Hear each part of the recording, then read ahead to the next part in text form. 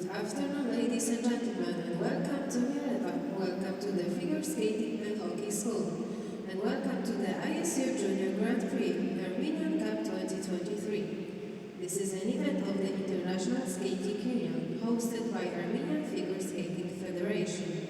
In just a few moments, we will start the junior men free skating. We remind you that flash photography as well as video recording and filming is forbidden. Gifts and flowers offered to the skaters at the end of their performance must be completely raw, and we thank you very much for your cooperation. And now, ladies and gentlemen, it's a pleasure to introduce the officials for this event. Representing the International Skating Union, please welcome the referee of the event, Ms. Rebecca Andrew. The panel of judges: Judge number 1, Mr. Albert Zayman, Israel. Judge number 2, Mr. Daniel Perez, Spain. Judge number 3, Mr. Massimo Orlandini, Italy. Judge number 4, Ms. Stephanie Matthewson, the United States of America. Judge number 5, Ms. Karen Howard, Canada. Judge number 6, Ms. Etsuka Azuma, Japan. Judge number 7, Ms. Luisa Kowalczak, Poland. Judge number 8, Mr. Yerevan, France. Judge number 9, Mr. Anthony Grevisen, Belgium.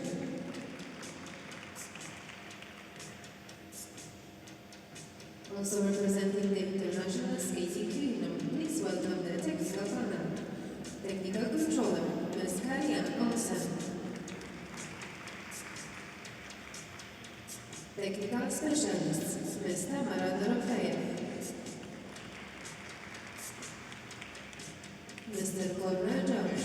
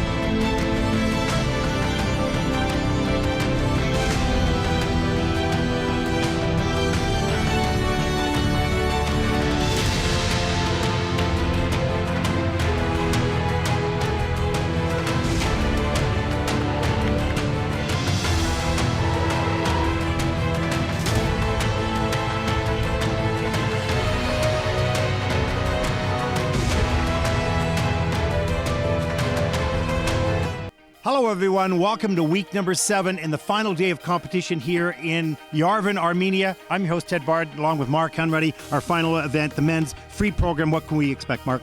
Well, after the short program, Daniel Martinov scored the highest short program score of the entire series.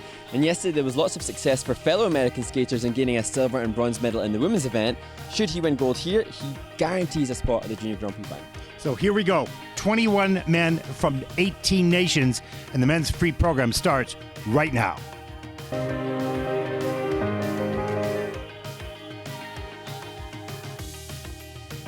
Welcome, everyone, to Yerevan, Armenia, as we fly over the cascade. We walked up that all the way up, breathing heavy until I found there was an escalator to actually go on the side as we take a look outside the building. The facility here hosting the final number 7 Junior Grand Prix of 2023. Welcome live inside the building. I'm your host, Ted Bard, along with Mark Hanready, as we take a look at the officials for this event.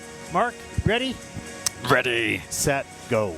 Okay, this is the final event. Of course, we started out in Bangkok. That was an interesting first time they have ever hosted an ISU event. We moved on to Linz, Austria, then to Istanbul, Turkey, then Osaka. We did that remotely, of course. On to Budapest, and then to Gdansk, and we find ourselves here in Yerevan. Wow. It seems like a lifetime ago since the Bangkok event. Winter is closing in. Yeah, definitely. Oh, you wouldn't know it from the temperatures here in Yerevan. Right now it's about 24 degrees outside, and it's pretty hot. This first group of skaters take to the ice for their warm-up. And again, as with the ice dance event, lesser numbers in this competition than on the 6 other spots on the Junior Grand Prix series so far this year. But just as much eagerness for clean skates as any other event for the skaters competing. And we want to thank all the viewers from around the world that have sent in questions, and even those viewers who are watching online. Never did send in where people were watching from. That was the one thing. Oh, you were keen for that. No, I love it. You know, different countries around the world. Okay, you have some questions, sir. Yes, so question coming in from @Sarah Paganini. How does qualification for the Junior Grand Prix final work? Well, your top 6 skaters. So they have 2 Junior Grand Prix events. Everyone can only have 2. You can have only 1, but you're not going to qualify with that. So out of those 2 Junior Grand Prix, 15 points are awarded to first place, 13 for second, 11 for third, 9 for fourth, and so on down the line. So once you have your placements, of course, you have scores attached to that or points attached to that. When it adds up, let's take a look what we have here in the men's event. So at present, the leader in the junior men's standings on this year's Junior Grand Prix of figure skating is Ryo Nakata from Japan, who won in Bangkok, and then again he was silver medalist actually in Istanbul in Turkey. So that's 28 points. And he is sharing 28 points with Yoo-Hon Lim from Korea, who also had a silver and gold in his assignments. The reason that he is second in the standings is due to when the tie-breaking situation takes place, and that's a combination of the 2 scores, and they are separated by just half a point. Wow, that's close. That's close. So that's how it all happens. Actually, further down, the third place skater Francois Pitot, also 28 points, and he finds himself in third place, again, as a consequence of the scores achieved at those events. And he's just over 2.5 points adrift from Ryo Nakata, which, although puts him in third place, still shows that those top 3 men really in striking distance. And just underneath that, also with 28 points, 7 points adrift, is Hyung-Yom Kim from Korea. Yeah, also close. But a lot depends, of course, on the field that you have.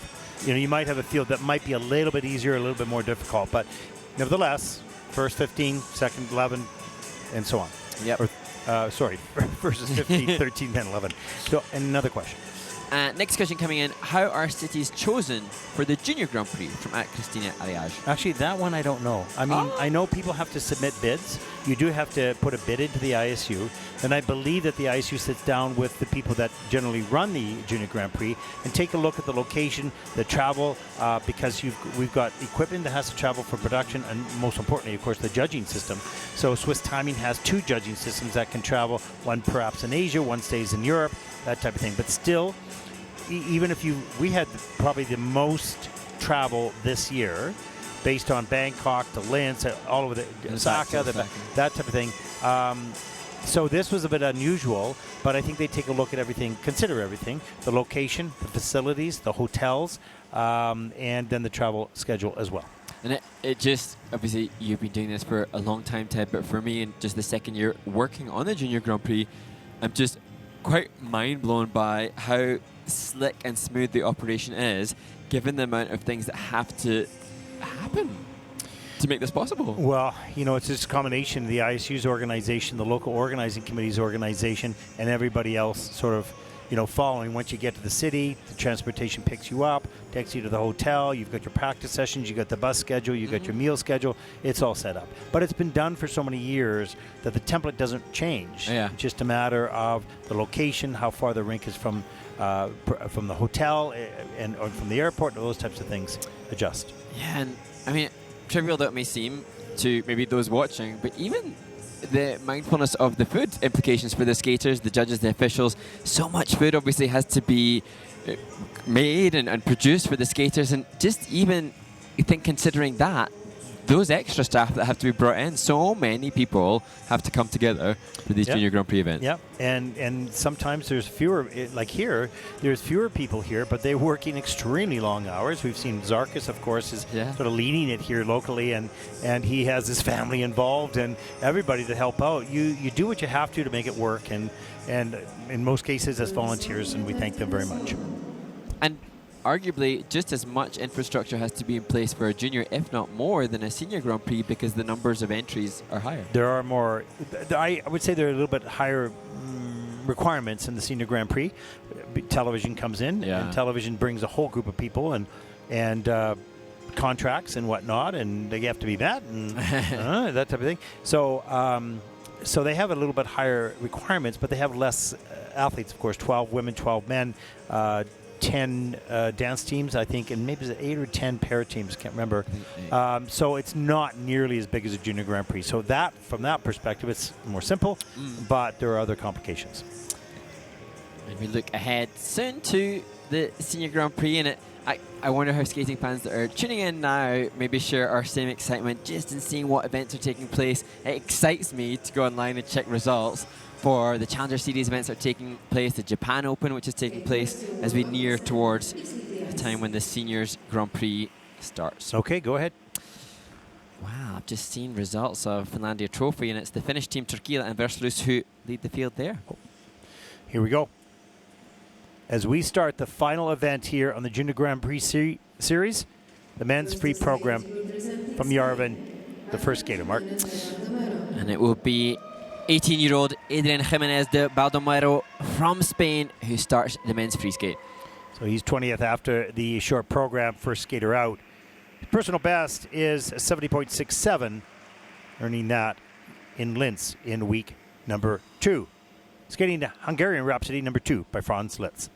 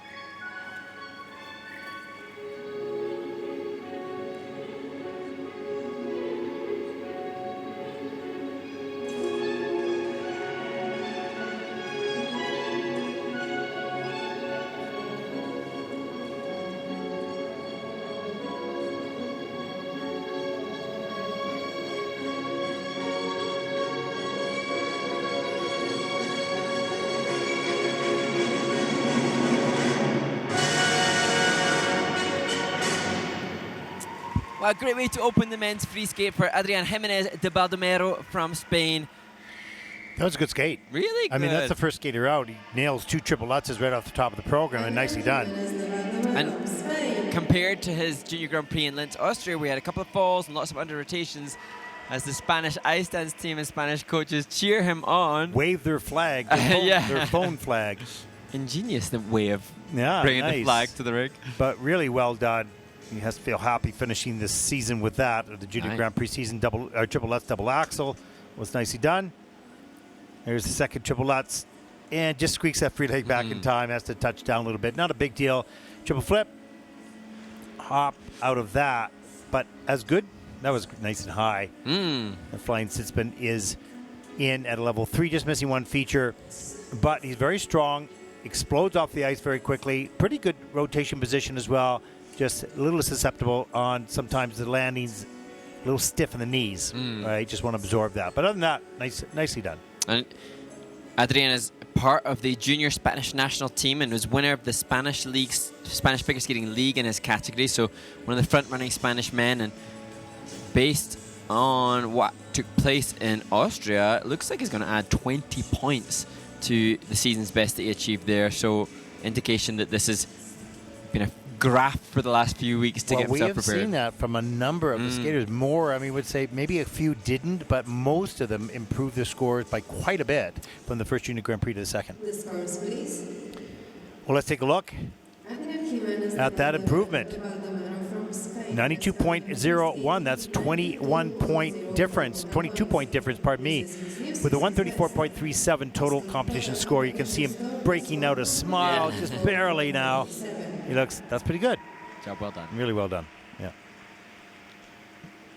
Now my apologies to the next skater because I hadn't found any international assignments, but it turns out that Dejan Mihailov from Bulgaria has competed as an advanced novice competitor at the Triglav Trophy, so already some experience coming into this Junior Grand Prix. Yeah, just 14 years old, 19th after the short program. He'll need a 91.96. Doesn't have a personal best. We're not sure where that will all fit.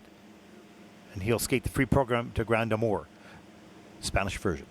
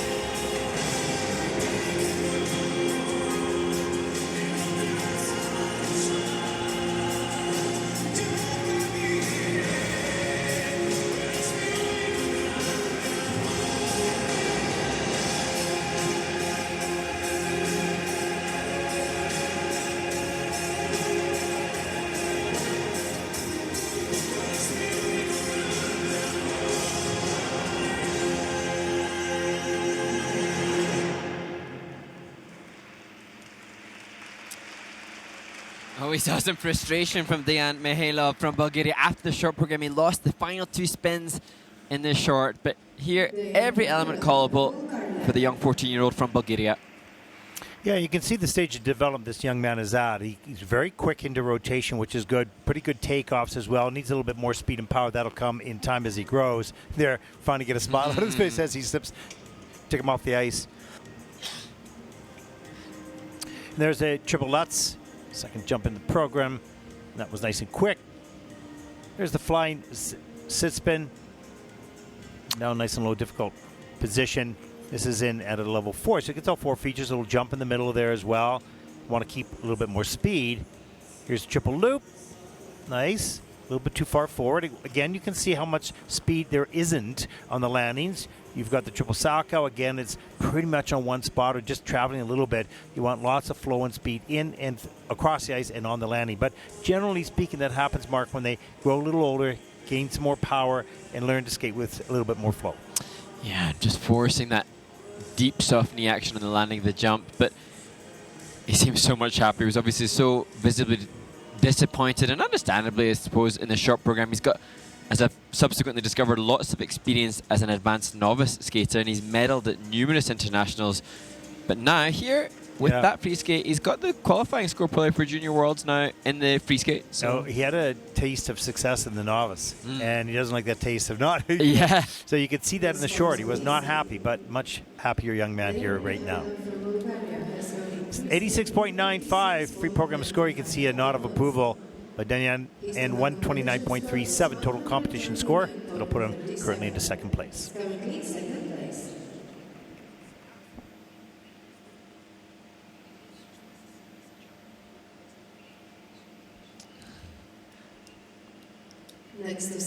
And now to a much more experienced junior, 17-year-old David Sadeh, struggling with injury after his first event in Budapest. We wish him all the best. 17 years old, 17th after the short program, 103.97 his personal best. He'll need an 87.66 to take the lead as he will skate to Gladiator.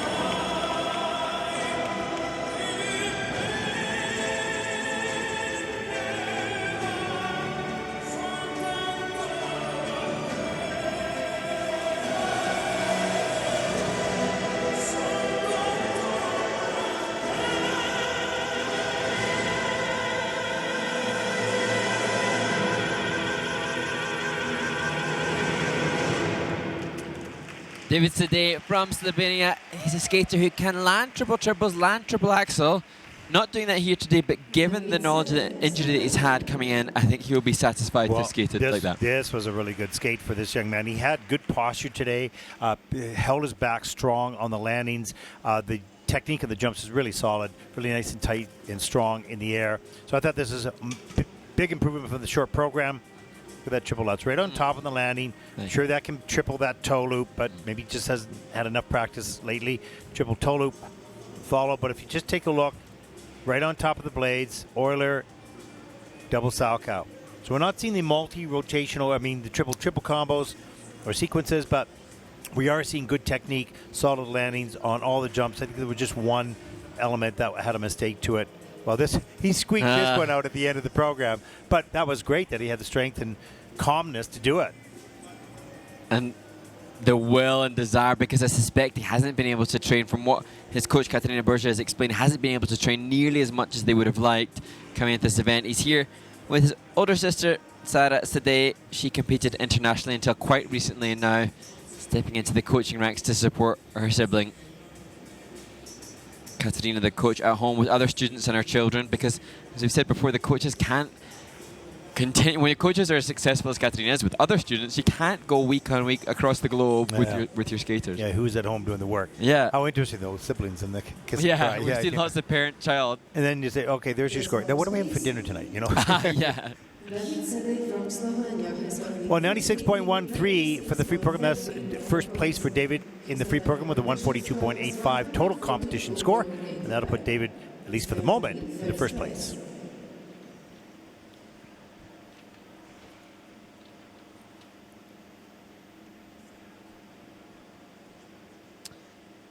next to skate representing Hong The Kong, next China. competitor lying in 18th place after this short program, Hong Kong's Chit Wang Chow. 18th after the short, 16 years old, first junior Grand Prix event, 6 at the junior men's in the Asian Open a little earlier this season, skating to blood and stone.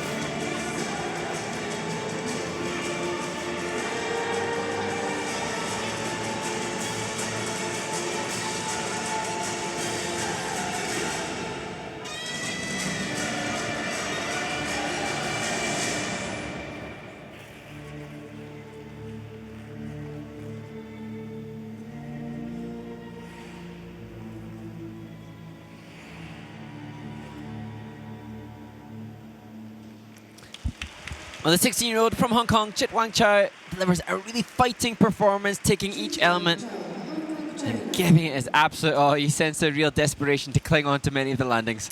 Yeah, you know, refinement needs work. There's no question. But what a fighter. Yeah. You know, he hung on to a lot of stuff that a lot of skaters would have let go. And he looks pretty happy coming off the ice. He really hung on to that last sit spin. Whoa.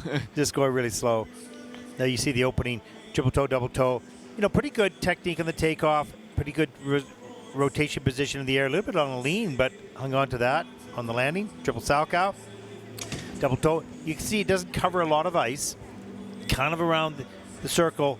It was a little bit better, but caught his toe and had a little hop and choreographed that. And here's the sit spin at the end of the program.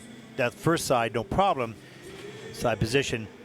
Then he changes, and this slowed down ever so slowly near the end. Just hanging on there to get the revolutions. Quads burning at the prospect of maybe reluctant to come up from that painful position, the squat. Yeah, exactly.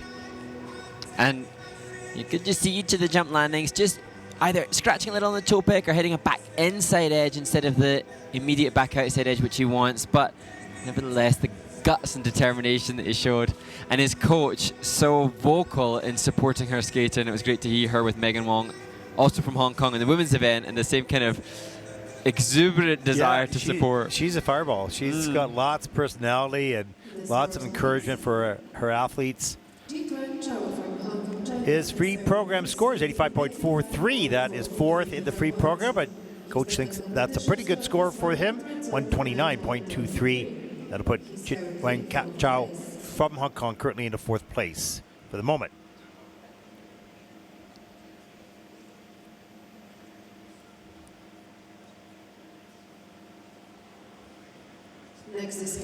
And the next competitor, born in Tashkent, Timur Zvyagin from Uzbekistan.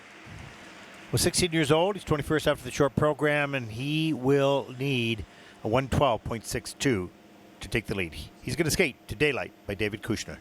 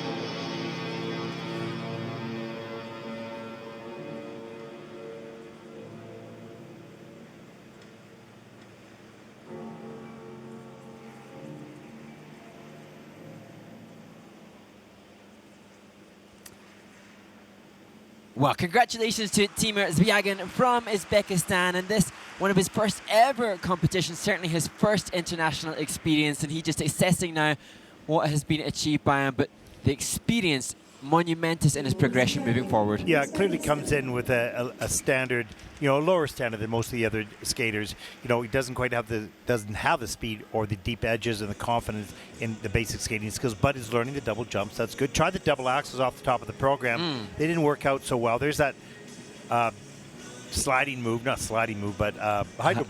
pardon me. Comes down the ice, the double lats, a little bit of a wrap with the free leg, Euler into the double flip. It has to fight to keep on the feet. So it needs a little bit more speed to carry your weight through that element. And just a double out single toe loop, followed up by double loop here. That was a little bit better. And you can see the speed on the landing is very slow. So you want to have that momentum going into the jump, carrying across the ice, and on the landing. So important to the success of those elements, particularly with GOEs. Now, he's not at that stage for GOEs. Just get the jump done at this moment. And now, we've said it before, but for Timur, who's with a coach, Irina Sazanova, who's got lots of experience herself, hopefully now Timur will be able to get backstage, get to the changing room, get skates off, and then get back into that audience and watch and observe as much as is possible and use the visuals that he will see here as motivation for improving himself. That's a really good point, Mark, because, whatever you feel or however you've skated, watching the rest of the field is so important because they're skaters your age.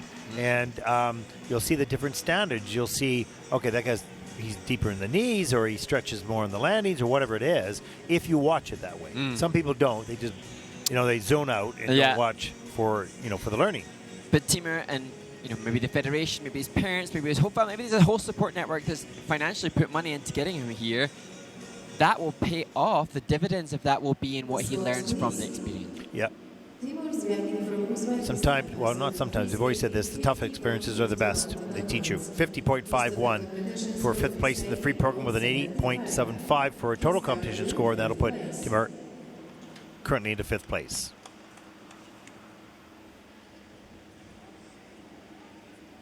Yeah, you can see he's a little frustrated with that because he can see the rest of the field. That's a start. Now, that'll either motivate him. I don't like that. I want to be better. Get home and work. Improve the skating skills. So, the skaters, as for this group that's just taken to the ice, will have been here since likely at least Wednesday in training. And so they've had Wednesday's practices as we see Timur marching off to the changing room. Wednesday's practices, Thursday's practice, and then competition, Friday another practice. And so many times when they're going out, and you can't make seismic improvements at an event. You might make seismic awarenesses in your brain space. Well, and sometimes you might be a good skater that's having a terrible 2 weeks and you're falling all over the place in practice sessions, but you pull it together in competition. Then all of a sudden it does look like an improvement, but it's not necessarily improvement. It's just a switch, a light turns on in your head. You're going, okay, I've got this now, right? And what you don't necessarily see, sometimes skaters will have good skate, bad skate. They will deliver on the technical element score as per their planned program content. So if somebody has a set of doubles and they deliver that, that's great. And the next following day they might have falls, and that can obviously have a big impact on the score. What you don't see day to day, though, are massive changes in the program component scores, and that's why I think that is something that's so hard to grasp for those that don't come from skating environments which really hone in on them. We look now at the Korean skater and we'll see that increase in the flow and in the glide. Yeah, so true, Mark. The basic skating skills, we talk about that a lot, particularly in ice dance, because it defines the teams in many ways. In single skating, because you can do, if you could, do a bunch of quads and not have that great of skating skills. Now, that skating skills mark will be down, but you're going to still earn a lot of points with those quads. Yeah. But in ice dancing, you have to have good skating skills. You can't be at the top without that. But interesting, when we look at the short program results for the men and we see the top two competitors and we look not at what they did in their jumping passes and in their technical score, but even if we just take that column of skating skills, they were first and second in the skating skills also. So often they correlate, or at least, I suppose that's good coaching that will have an awareness of both technical element score and program components. Yeah, and the interesting thing is to see the different, how much time each one of these skating schools or centers spend on basic skating skills? Like, how do you teach? Because if you don't have that, I don't care how many quads you have, you're going to be good, but you're not going to be at the top. So how do you get that skill, which is, I don't know, would you say it's the most boring for the skaters, or they just don't like to do it, or? I suppose when you're looking at youngsters, maybe if we're to take the discipline that we're watching now for the men, I know what it was like for me. You just want to jump. You just want to jump. And so to then do, to do forward stroking or forwards or backwards crossovers, which are so integral to the skating skills component going up, that's not as fun. Mark, you're supposed to not tell the truth at this moment and tell the young skaters. It's really a lot of fun. You know what is fun? Yeah, success. Success is fun, and success is going to be more likely when you got good crossovers. The things you like to do, you're going to do well. The things you don't like to do, you don't do so well. So work on the things you don't like to do, because that's going to even out. And you know what? I suppose it leans into the passion of the coaches and the enthusiasm of the coaches, because if the coach is really passionate, they'll be able to motivate the skater to do that work and demand that improvement, even if it is something that's not quite as exhilarating as doing the triple loops like we just saw. Yeah, and I think if you take those basic skating classes and make it more fun with great music, and skating side by side and doing things that make it sort of more interesting, not like it, well, maybe a little bit like a game, but you do it because you're enjoying it. Right? And that's, we've chatted this week to various different coaches, and we hear of, coaches. We chatted with some American coaches who explained to me that they were using ice dancers for their component scores and the skating skills, and that's a luxury that some centres have, is access to other coaches, and increasingly now it's not one coach for all, but an army of coaches that work towards all the aspects of the report card. However, as we're in these earlier stages of the competition, that's not a luxury that all the skaters can boast. No, having that's true. But you do see the top centers with the ice dance coaches working with the singles or pair skaters. There's the Armenian skating club. Some of the competitors here as well. And we've seen in and around the building such national pride here, the Armenian flag proudly raised throughout the city in Yerevan.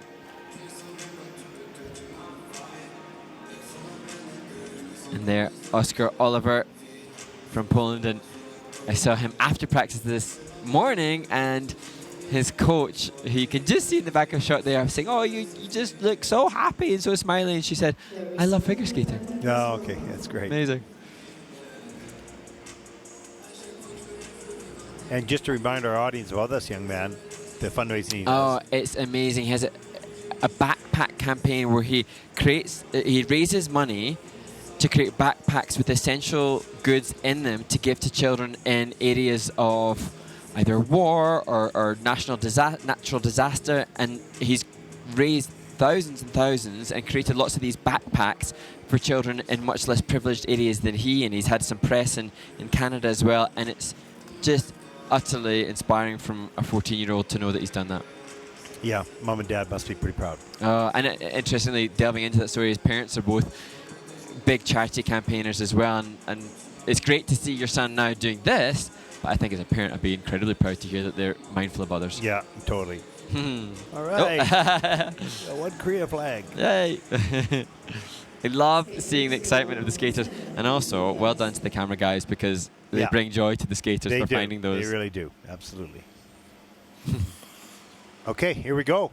Group number 2 of 4 in the final event of the Junior Grand Prix Series this season. There will be the Junior Grand Prix final in Beijing, of course, in early December. This will close out the series as they move on to the Senior Grand Prix. What a special time now for the first skater in this group. Born in Yerevan, trains in Yerevan, Mikhail Salazarian from Armenia. Yeah, 50 after the short program, just 16 years of age. Tall young man, 93.90. He needs that to take over first. He has a personal best at 95.23 as he'll skate to Make It Rain by Foy Vance.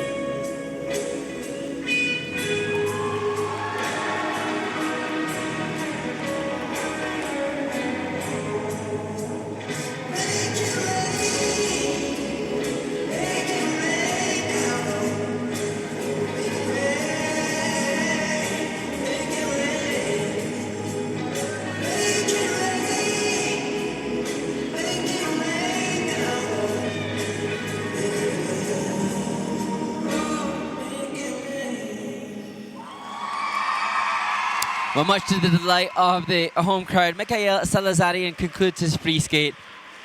Not as strong as his first Junior Grand Prix appearance, but hopefully he can relish these little moments now as he has his own little army of fans. But he did get better. He started out a little weak. He improved throughout that program, got stronger, found his balance point on the takeoff, and then started to nail all those jumps. Good fast rotation. There's balance on the takeoff, balance on the landing, so better. But put a lot of work on posture, arms, and stretch free legs particularly. Here's the triple axel.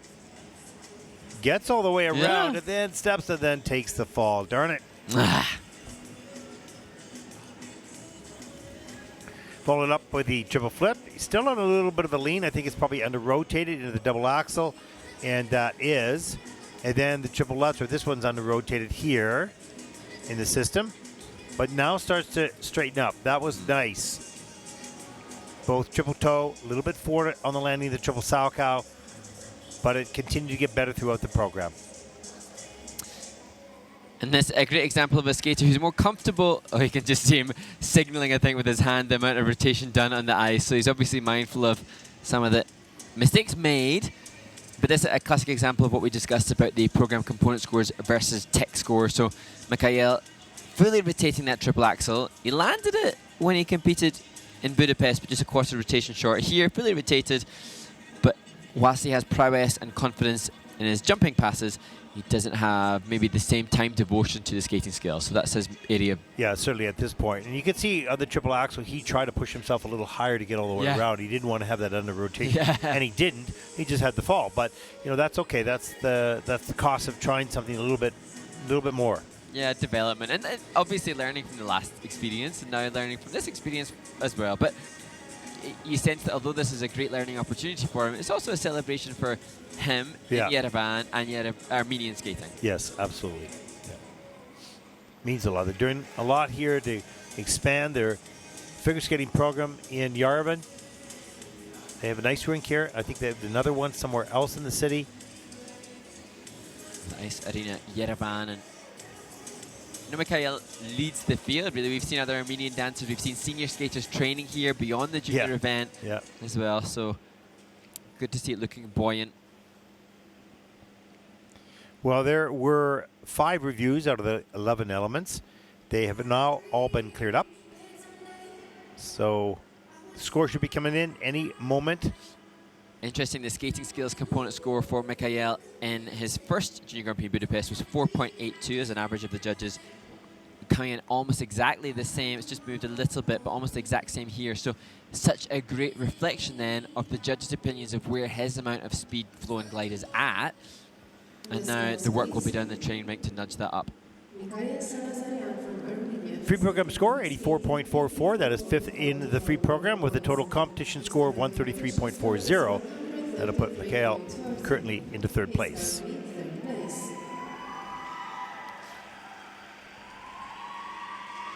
So from Mikhail from Armenia to the next competitor from Belgium, Denis Kruglov, who celebrated his 14th birthday on the day of the short program. Now to his free skate. Well, 14th after the short program, and he will need a 93.62 to take the lead. He is a 102.60. Should be able to do that if he can have a good program. Skating to cold blood.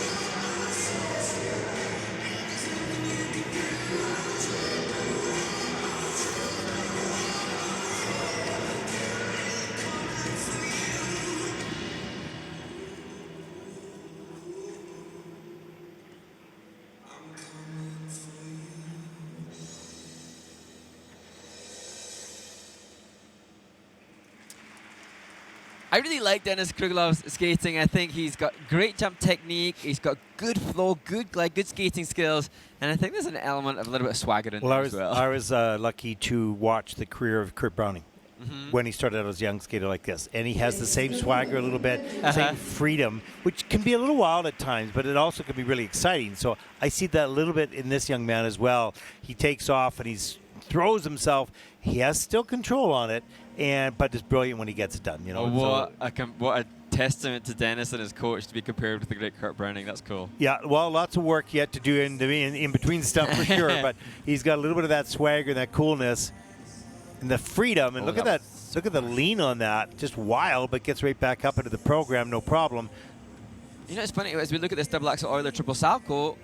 I kind of forgot they had that horrendous fall. You wouldn't have known if you tuned in the last half that he'd had that horrible mistake. And then crossfoot real loose in the air and has to take it under rotation plus the fall. But gets right back up, sort of squares himself up on the takeoff, has enough position in the air to get it landed. And interesting, Dennis competed in Belgium's Got Talent. He reached the finals of that TV show. For singing or for skating? So for skating? Yeah, they used the skating. And so you sense that he's got a little bit of, maybe it's that experience that's enhanced his performance. But I think he's in great hands with the coach that he's got as well. So exciting young talent. Started watching skating after the 2014 Olympics, and he was inspired to be like an Olympian like those he watched in the 2014 games of Yuzuru Hanyu and the like. So he has lofty ambition.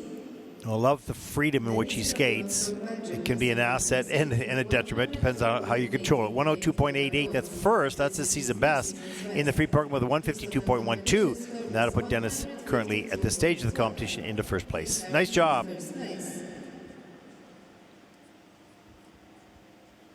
Coach looks happy. Yeah. Skater's still processing it.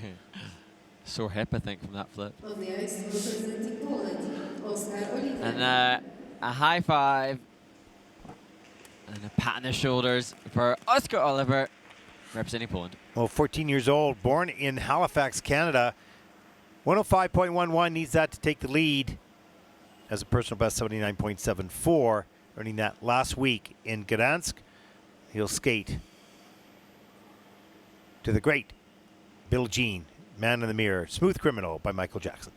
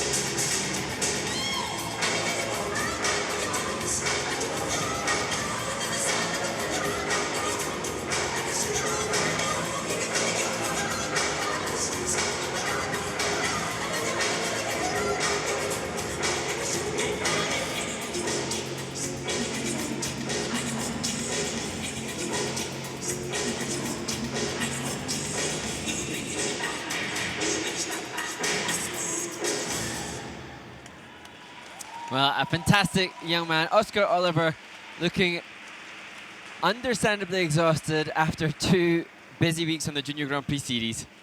Oscar Oliver, go ahead. Yeah, it's interesting because he had a bit of a tough skate here, and he's mostly into the doubles. He was popping some of the triples into doubles, but he also a passion for the music. Yes. You can see he likes it. Didn't get into it quite as much as he did last week in Gdansk, but you can see the effort was there.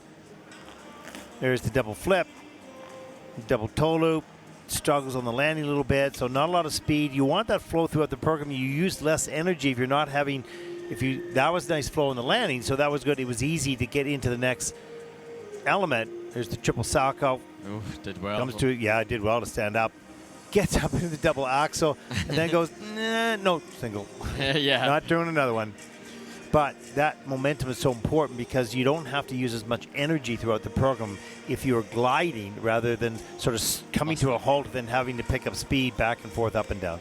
So a little bit of a rough skate, but he loves the music, and you can see there's a good effort to connect to it. Yeah, I love that little bit of head movement towards the end, and obviously very quintessential Michael Jackson movement as he puts on his Polish body warmer. And I think we've discussed about what an amazing young man this is, the charity work that he does, but he oozes an openness in his skating, and his coach, as we said, just joyful in celebrating his skating, and so they make a really good team. And moving forward from this, he's going to be working on more triples, and they look ready. No question, he's got the strength. Season's best at 87.74, and he's going, what? With a 134.76 for the competition, that'll put him currently into third. So he's pretty happy about that. Ah, that's nice. Yeah, isn't that nice? Yay. Wow, look how close that is. Oy, oy, oy. Happy skaters, happy coaches. I love that. That's good, yeah. Representing Republic of Korea, Hyun Seo Park. And now to Hyun Seo Park, the 17-year-old, representing Korea 12th after the short. Well, he'll need a 98.98 to take the lead. Certainly has the ability to do that. He's just going to have to keep himself together to deliver what he's capable of as he skates to the Impossible Dream by Josh Groban.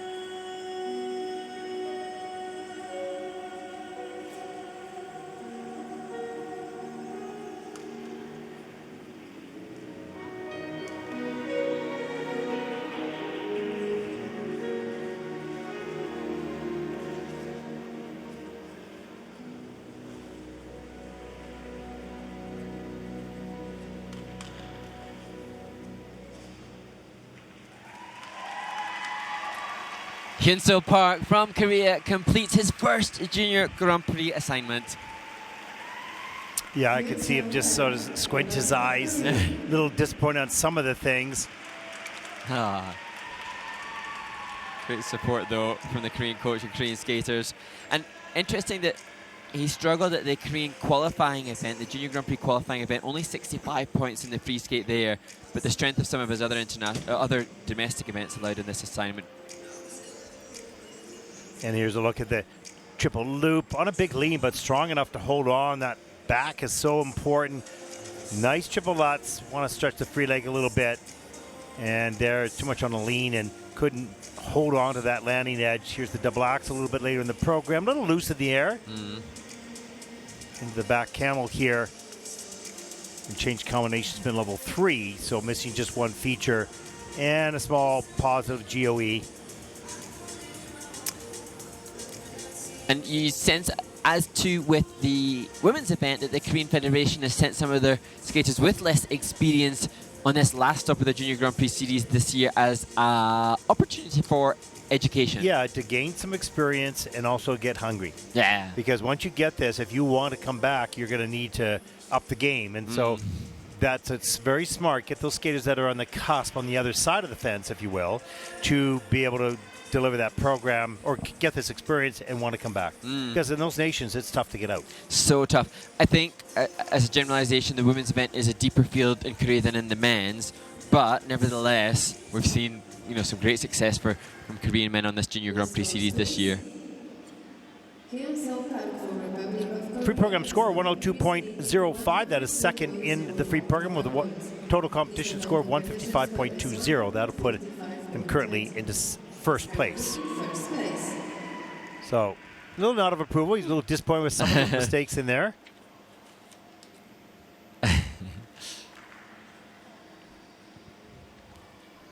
Next to skate, representing Great Britain, Jedediah Lincoln. And now to the 18-year-old born in Reading, Jedediah Lincoln from Great Britain. 13th after the short program. Needs a 105.13 to take the lead. 77.04 is his personal best. That was last season. He'll skate to I Will Talk and Hollywood Will Listen and Mac the Knife.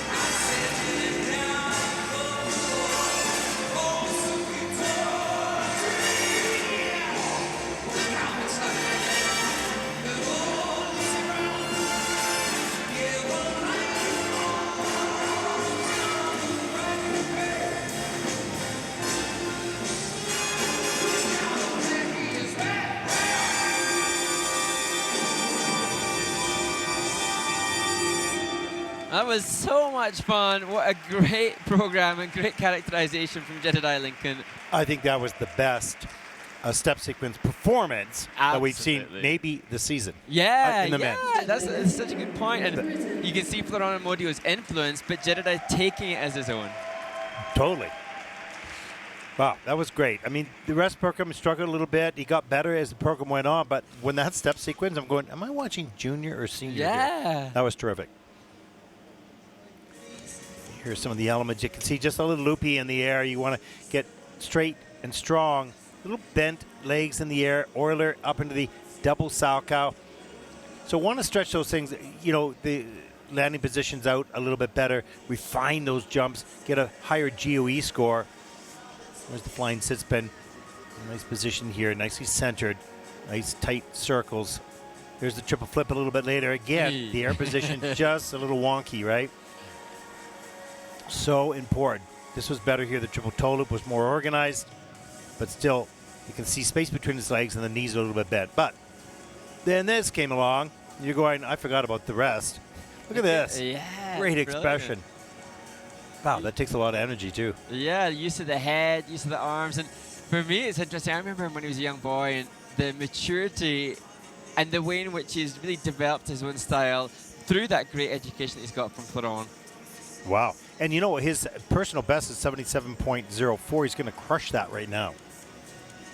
And Jedediah did get one of the ISU scholarships and received that this year. So great Oh, that's great. initiative from the International Skating Beautiful. Union. Great thank you to ISU for that. So we take a look at the score, 103.81. That is first in the free program with a 153.89 total competition score. That'll put Jedediah currently into second place. Outstanding job on that step sequence. Yeah, that was great. A lot of fun. Thank you. Yeah, we thank them for that because that was absolutely. entertainment. Florent just getting him to sit back down. And I had to remind him one more time, the last time, to look at the phone for the, okay, as we take a look at the standings so far after two groups. Two more to come as we close out the 2023 ISU Junior Grand Prix Series. What's up, Mark, on the video list? Final video list, and it will start with the winner in Gdansk last week, Johan Lim, and the interview that took place after his title-winning performance, and then back to Osaka for the day in the life with CDs, and it will be with Romain Ponsard, who's here also as a coach, and then to his student, the winner in Osaka, Francois Pitot, before a promo series for the World Championships taking place in Montreal next March. Sounds great. We hope you enjoy it. We'll be back, finally, for the last time, right after this.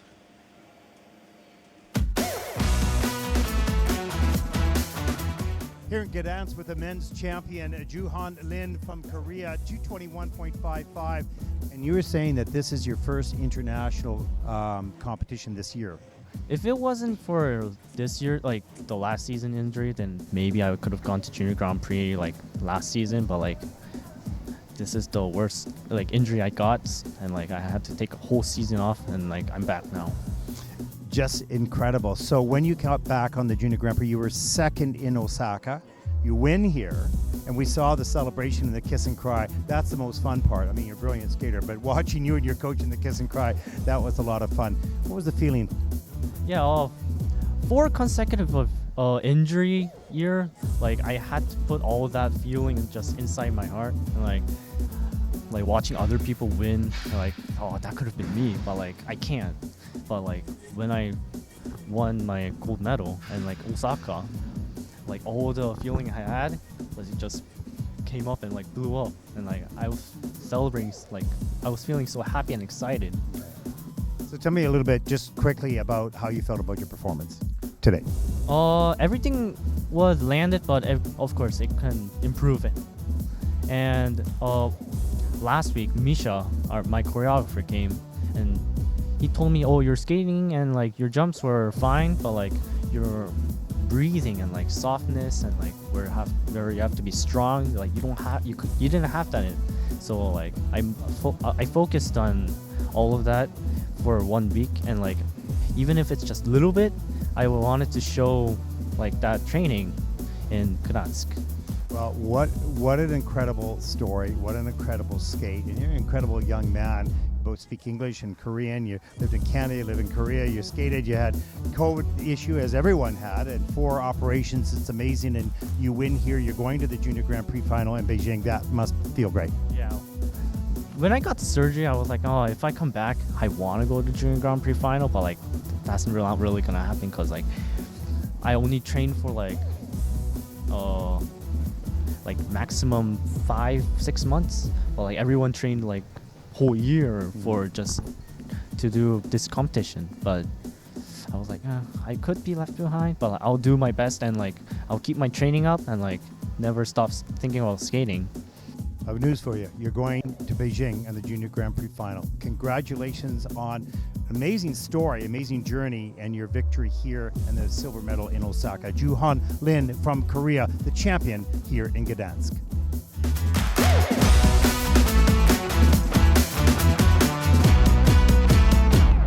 Sent me a message and he said, I was just thinking you don't have a Swiss jacket. No way you go on the kiss and cry with the French one. I like the what should I wear?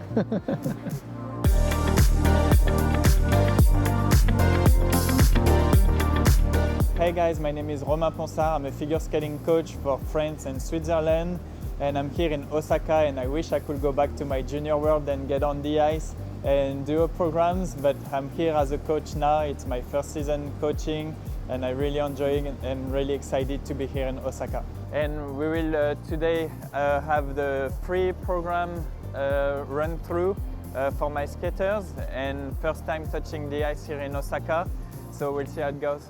François, j'ai fait tomber le téléphone. Merci. What I'm looking for on this kind of practice is first adapt to the ice rink because it's a new environment for the skaters. Also do the pattern of the program, always to adapt of the size of the rink and the atmosphere of the rink. Always when you do a long travel like Japan, you arrive to the first practice and you feel like your stamina is so bad always. So it's important to have it running one first time. And after we went through all the jump, one by one and on sections like in the program. And after that we finish with a spin to show all the level to the controllers that are watching the practice.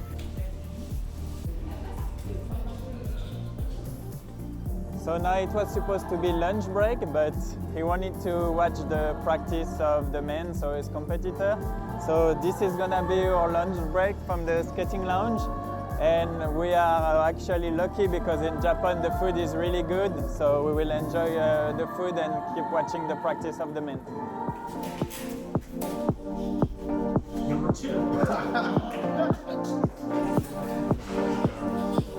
So here I have 2 different types of skater. I have Eugenia, that is her first Junior Grand Prix, so she's pretty stressed about it. And I tried to bring it to her as just getting experience, that we didn't expect really something from her beside to enjoy this experience. And on the other side we have François Pitot from France that is trying to go to the final, Junior Grand Prix final. So he got second to his first Junior Grand Prix in Bangkok. And now here he's gonna try to get on the podium to be able to participate at the Junior Grand Prix final. And with him, it's an approach where it's more about confidence and trusting himself and just to show one more time what he does at practice and not to do more, because he's the kind of skater that wants to try the day of the competition to show more. And try when you do everything to relax, go deep in your knee. Mm-hmm. Yeah, because you're a little bit stiff, that's why I relax. Just enjoy the moment, okay? I cannot enjoy the 10 minutes. And pick up. You can go for triple.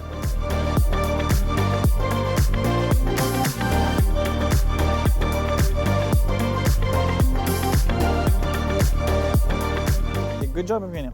Proud of you. Really well handled. Yeah, I'm also happy.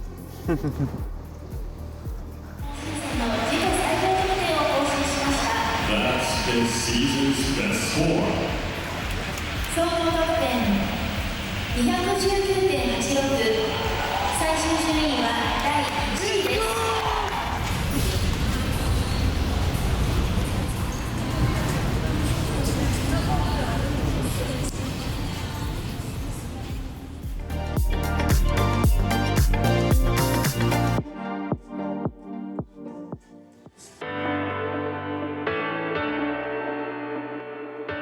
don't feel pressure with the success in Bangkok.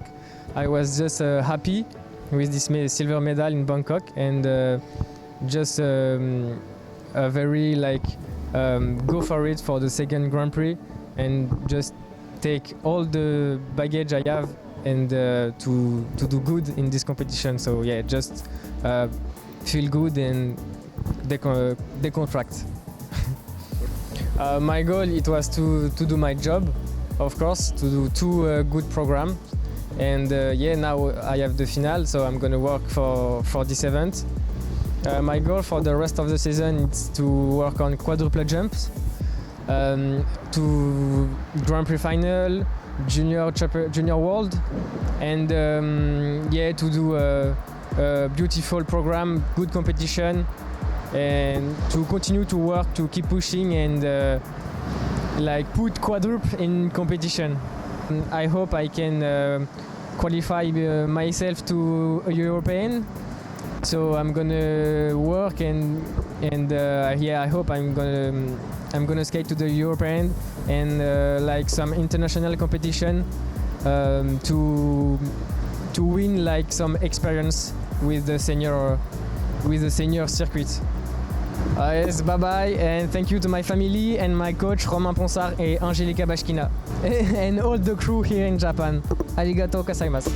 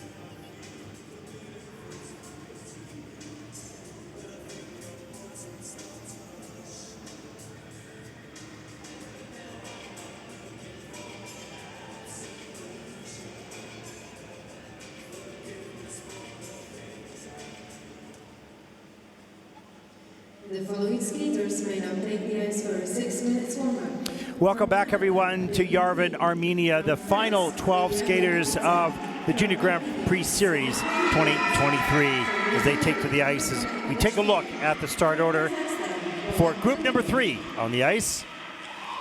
Mark, you're taking videos. What do you got to say here? I'm going to name drop I'm going to name drop the great legend that is Jane Torval. It's her birthday today, and I'm sending her a little video right now. So happy birthday, Jane. Wow, you don't even know me, but happy birthday. Actually, we did interview them for the Theatre Champions back in 2001. But anyways, a long time ago. So I said happy birthday. She said, why are you in Armenia? Now she's going to get that video. There you go. So. And there is a look at David Lee from Canada in the first group. Okay, no more questions. Are there any more questions? Are there any more questions? I don't think there are any more questions, but we should share with the lovely listeners all the excitement that we've just had of seeing some of the skaters come in and share their experiences. So, and actually, interesting to know, we've just had Eliana Peel and Elisa and Gracie from the United States of America come and visit the commentary booth. And interesting to note that Eliana has her own YouTube vlog, and that's something that I see quite a few of the skaters do. And great to see that we've mentioned their academic pursuits, we've mentioned some of their hobbies, and some of them are really quite proficient online. Much more so than I am. Not some. Yeah, everybody is that. Yeah. No, actually, that's not true. You've got, what, 50,000 followers? Pretty popular guy. It doesn't mean I'm good at it. It just means that I've got people watching my not-so-good stuff. Well, I don't know. I mean, either you're hilarious or or you're silly, Yeah. But that's pretty good. Of course, that combination with your dancing on ice and commentary here as well. Well, final 12 skaters. What do you think, Mark? I mean, I wonder, can we ever have predictions in our position that we're in? I don't really know if I want to go predictions, but what I do predict. No. What I do hope. Okay, you said, I don't want to predict, but I do predict. I have a conversation with myself. Yeah. I do sincerely hope that everybody has a personal best, and great to see as we look down the start of the results from the short program, so many differing nations. So we have American, Japanese, Latvian, Canadian, Israeli, Armenian, Lithuanian, Kazakhstani, French. That's a broad cross-section of different skating representations. Yeah, it really is. And just at the conclusion of the men's event, of course, we'll be staying online for the medal ceremonies. Mark and I will be going offline. We've got highlights to do and interviews to happen, but we will throw to something we shot a little bit earlier today. Just a little bit of a wrap-up on this 2023 season. We hope you will enjoy that. Yeah, it's been just an amazing 7 weeks of competition, and it's hard to believe that it's over already. I know. Moving on to the seniors now. Oh. You will be, so the fans know, you'll be covering 4 of the senior Grand Prix events, which they are. So I will be... Oh, no, which ones are they now? Skate Canada, Finland, Grand Prix d'Angers in France, and... Oh, I know that I'll be covering the skating. I know I'll be covering the skaters, but I know that I'll be in a fixed location. I may be enjoying the skating from around the globe, but I know that I'll be in my garage. Yes, absolutely. And I'll be covering off NHK, and then hopefully the Junior Senior Grand Prix Final. So we'll see how that all works out. We hope you'll join us wherever you live, which we'd like to know. Yeah, definitely. And yes. Oh, Simon Danilion landing quad toe. That's fantastic in practice and warm-up here from the Armenian skater. He is the top-ranked skater after the short program in this group. And if he can pull off a quad toe like that in the competition, then he could push ever higher from the 7th place that he finds himself in after Thursday's competition. I can report now, Ted, that as we watch the competition in Armenia, that in Finland in the Challenger Series event in the Espoo Arena, that Yelim Kim from Korea leads the women's event with a score of 70 ahead of America's Eva Marie Ziegler, and then Rinka Watanabe from Japan in 3rd place. So 19 women competed in the Espoo Arena on the Challenger Series in the short program. And what an interesting story about Rinka Watanabe from Japan. She was training in Burnaby for a number of years. And then COVID came, had to go home, and then had to start to skate back there and ended up to state. Now, she didn't even make the Junior Grand Prix final, so she was never in a Junior Grand Prix event. Oh, wow. And then got a Senior Grand Prix and comes 3rd. like right off the bat, then gets another one and does really well. So all of a sudden, she was highly ranked in Japan, but coming from nowhere, like no junior career at all. So that was pretty cool. And now we see her in this event. I think she's in the Senior Grand Prix as well. Yeah, amazing. And that's encouraging for the skaters. You know, we often reference those skaters from those strong skating nations. Encouraging for them to know, as we see the cheer squad for Simon, that not having Junior Grand Prix qualification from a nation like that doesn't necessarily prevent you from going on to senior success. Exactly. Yeah, that and a perfect example. And there are others who started later, matured later, and succeeded later. So don't give up. And the pairs event is underway in Espoo Arena, and I think stateside there are lots of domestic events going on, figure skating events happening across the globe. The sport being celebrated, and it's great to hear from more of you online as to what's happening and where you're celebrating our wonderful sport. It is remarkable how many competitions around the planet there are. Just every weekend there's just 10, 20, 30, 40 competitions around the world, and almost every weekend.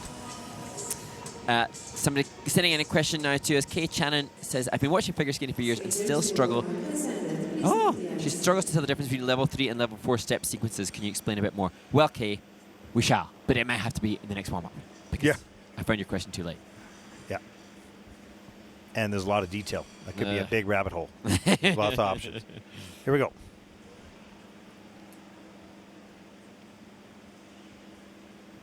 There's a look at Jacob Kreiderman here from the coaching team in Connaught in Richmond, BC. With David Lee, 16 years old, 11th after the short program, second Junior Grand Prix season, second event. He was 8th in Linz, week number 2. He'll need 100.50 to take the lead. His personal best, 111.92. We'll see whether he can reproduce that score right here, right now. And he'll skate the free program de la Bohème.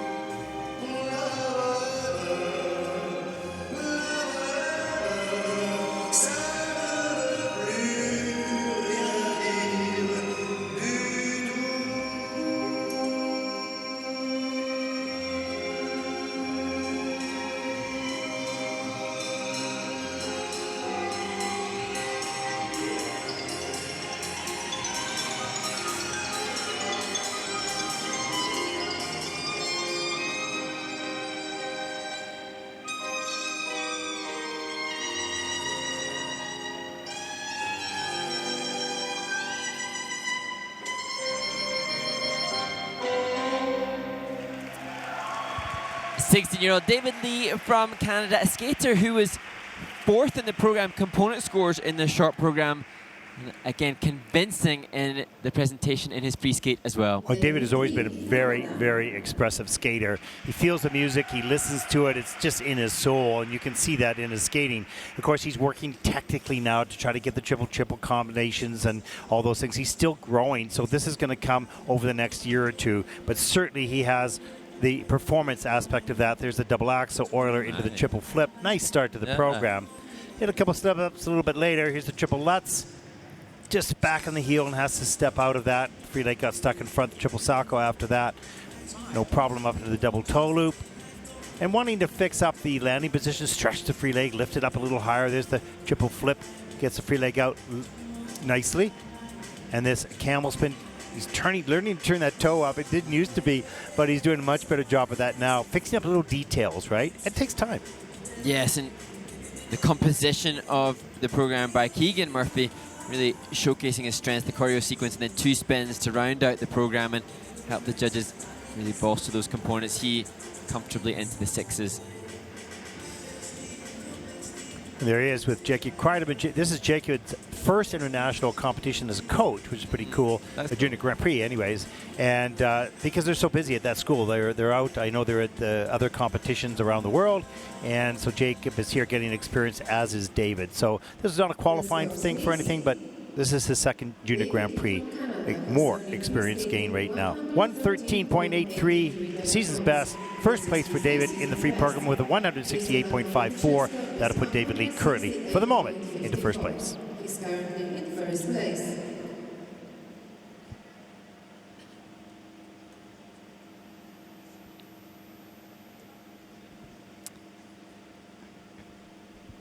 Next to skate representing France. And from one expressive skater to another, as 18-year-old Ilya Gagatidze from France takes to the ice. Well, 10th after the short program. He'll need 113.81. Don't have a personal best score on him. He'll make that here right now.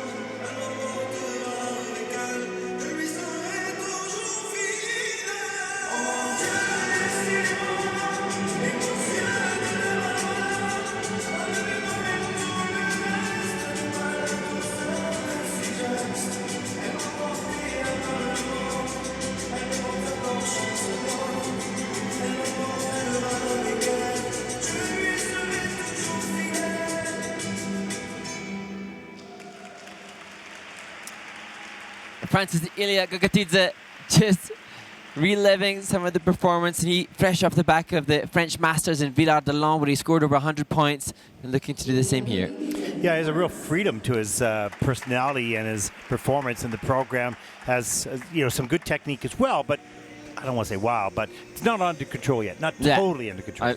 I completely agree. Let's take a look at some of the elements. Here's the triple loop to start the program. Nice and tight in the air. Good fast rotation. Nice spread eagle.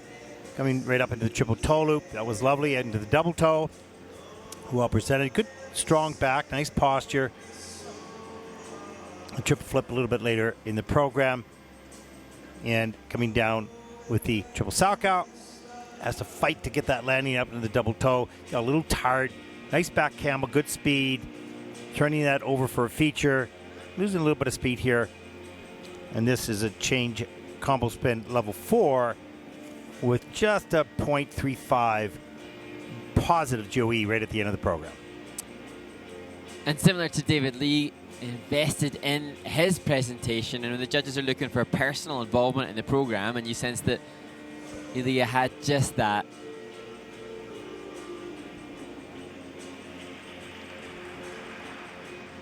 Well, he's going to need a 113.81 to take the lead. He did have over 100, as you mentioned. He will probably get over 100 here as well. Well, at the French Masters, he had 104.89 that just a few days ago, and looking like he's going to be consistent in that kind of range with this performance.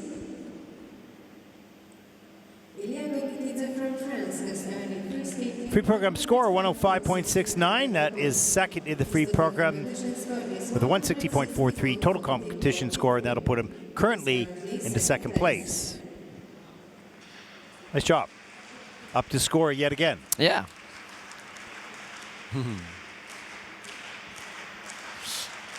And now you can hear the crowd reacting to the next competitor. We saw a fabulous quadruple tulip in the warm-up. How will he fare in the program? Simon Danilians from Armenia. 7th after the short program and needs a 109.92 to take the lead. He will skate the free program right now to Perfect by Ed Sheeran.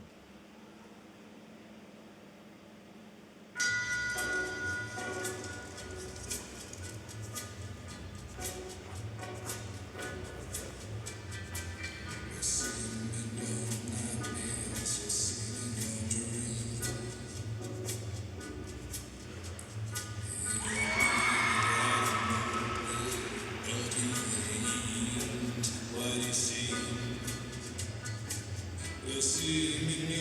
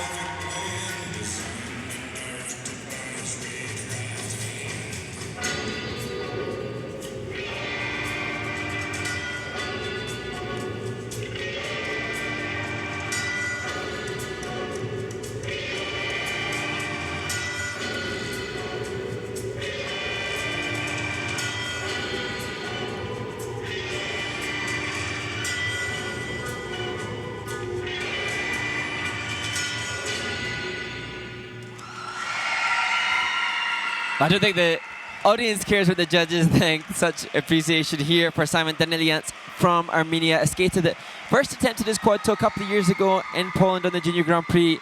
So close today. And Mark, that music was not from Ed Sheeran. That was from Peaky Blinders. We have, again, an old bio, but Peaky Blinders music is a series actually from your part of the country. Yep. Your part of the world. Anyways, great music. Well done. Fast quad. Over-rotating to a large degree. We'll take a look at that. Here it is. Look at how straight and tight he is. It's great. He's just really a little bit slow with a free leg checkout to stop the rotation and has to sort of spin out of that. It has some other nice elements a little bit later. Triple toe loop combination. This triple Lutz coming up here. This is really nice. Very quick in the air. Gets free leg back right away for the double toe loop. Pretty strong back. Love that. Great Arabian. Terrific. And the final triple Lutz. So he's kind of on the top of his game throughout this program. And his personal best, as we see the flying Sitzman, comes from a couple of years ago in Gdansk when he attempted that quad toe for the first time, and I think he's going to usurp that here. You sense as the season goes on that more run-throughs will provide more fitness to give better components, but I don't think anything matters now. He's just getting... Yeah, and polishing up, you know, the positions of the landing, those little details. Free program score, your 112.75. That's second in the free program with a total competition score of 171.38 as this young man takes over the lead. If you hadn't seen the scores, you could have heard the result, I think, with the reaction. Yeah, totally. There you go.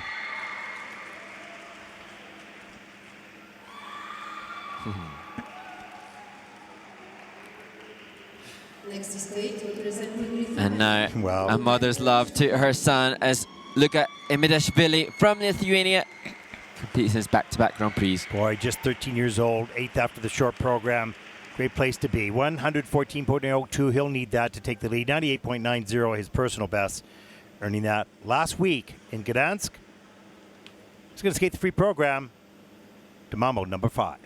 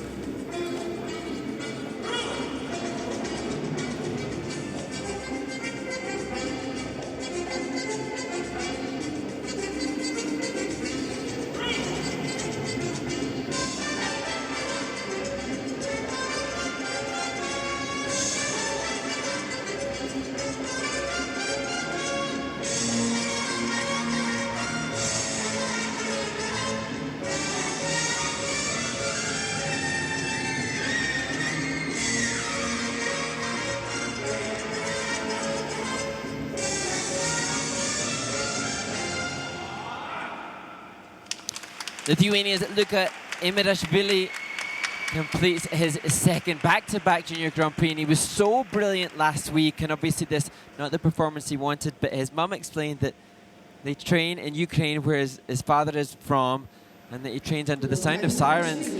And so he was just so happy to be in Armenia, sharing the ice with other skaters, sharing this experience with others. And I think, although this wasn't the skate he wanted, this week has been a great experience for this athlete. Yeah, well, that this is just skating and so much more going on.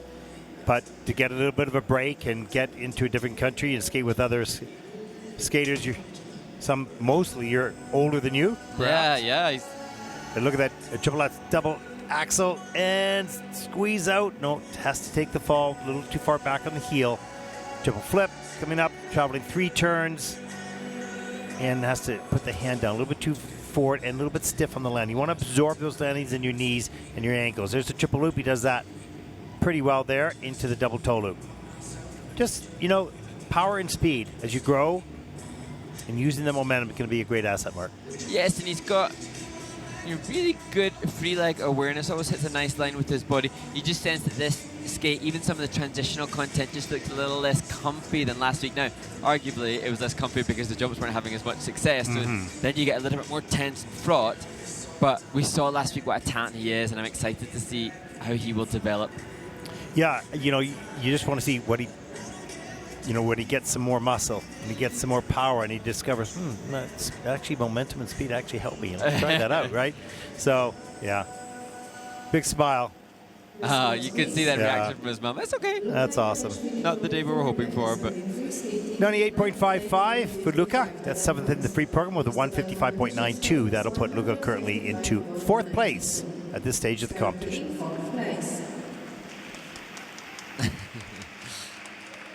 Not far behind the score that he had last week, despite the mistakes, and his mum trying to make the most of that, and how he frames the experience there. Yeah.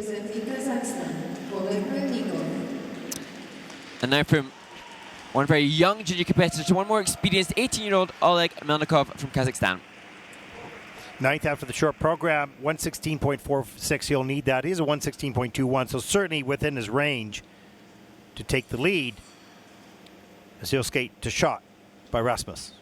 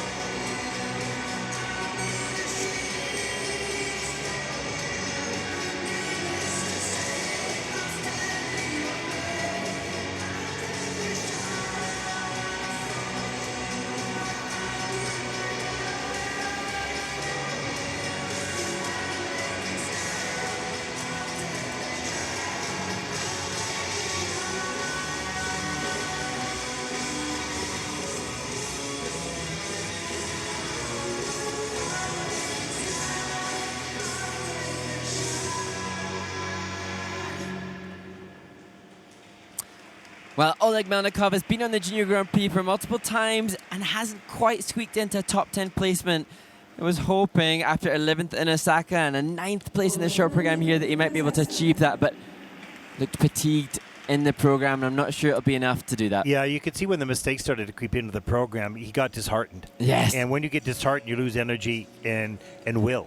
And that, happened a little bit in this program. Starts out with the triple flip and does a 3 turn out of that, so all of a sudden he's off balance at the beginning of the program. Spread eagle into another triple flip. Oh, no. Takes a hard fall on that. He's on outside the circle and power into the triple loop. That was much better. He lifted higher into the double toe loop and comes down the ice for triple toe loop, and that was okay as well. But that was pretty much it. He's a beautiful camel spin. The rest of the elements were either falls or pops, and not what he wanted. His personal best is 116.21. He's not going to come close to that here. And you could just see fatigue creeping in and just the will being sucked out. And sometimes maybe after achieving his personal best this season and getting an 11th place in Osaka, that perhaps then with the earlier mistakes he thought, I'm not going to be able to replicate my success, and there's an element of frustration creeping in, the desire to showcase the top 10 placement slipping away from him. And no, he's a good athlete. He's got the great strength. He's got the beautiful camel spins. Gorgeous. Certainly, it didn't work for him today, and you can see the program deteriorate because of that, disappointment, if you will. But he's a good athlete. That's not the issue. Oleg Melnikov from Kazakhstan has earned free skating 93.54 for Oleg. That's 9th in the free program with a 148.47 total competition score, and that will put Oleg, for the moment at least, into 8th place.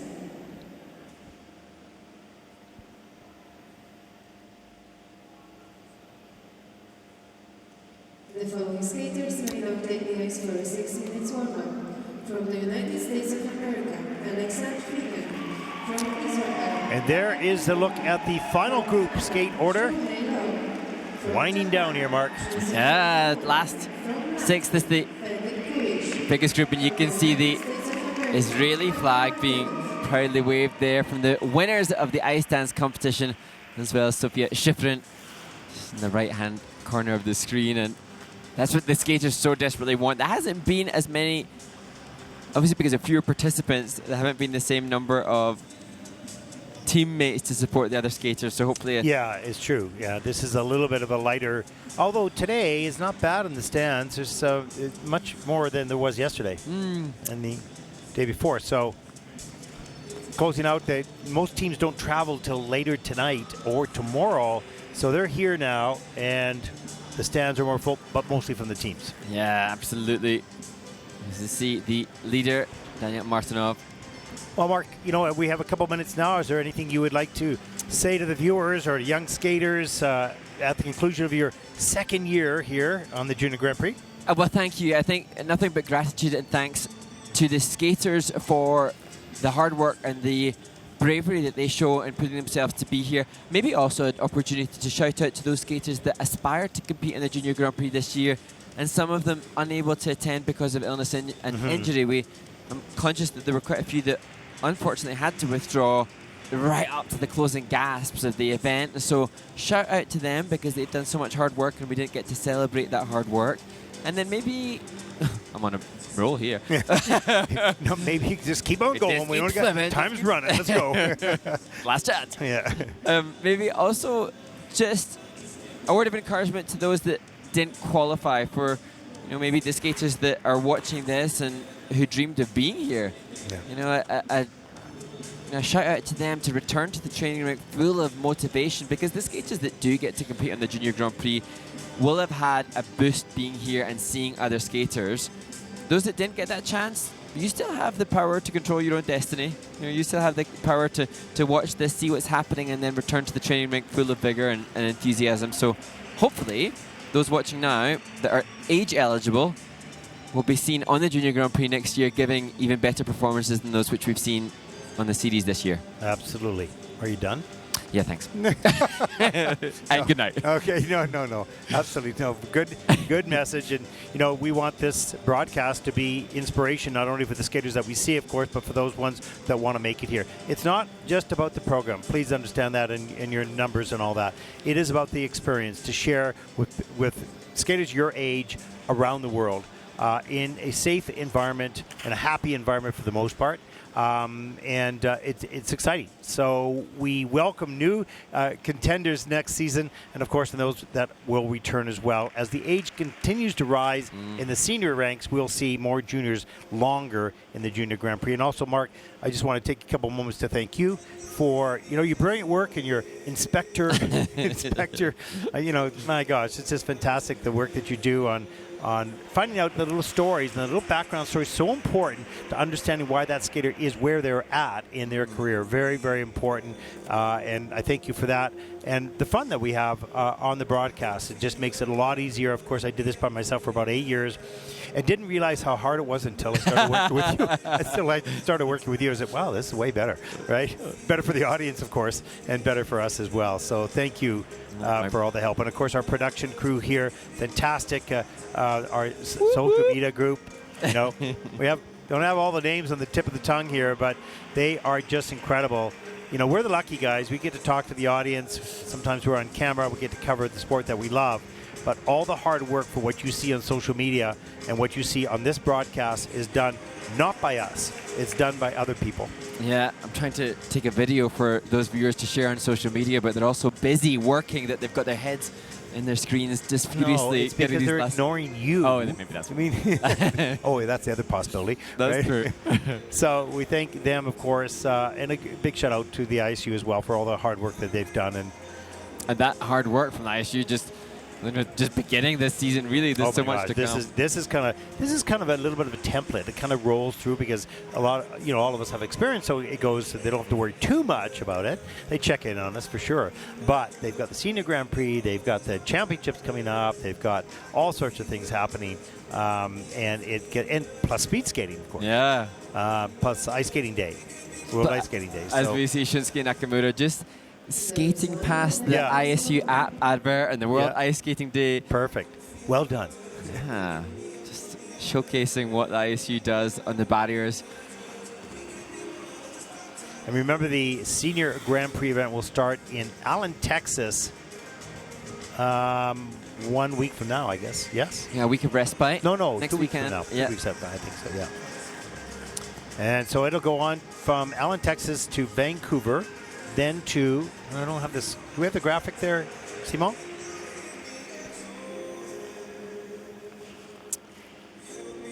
We might. Well, certainly, the skaters are around there. And actually, as some of the seniors will be tuning into the Junior Grand Prix for sure, not just to see what takes place, but also to support their teammates. To cheer their colleagues and whatnot, for sure. And I know the juniors will be watching the Senior Grand Prix for sure, because that will be their target. And the seniors, I'm sure, will be just as anxious about their participation in those esteemed events. As we clear the ice and get started on the final group.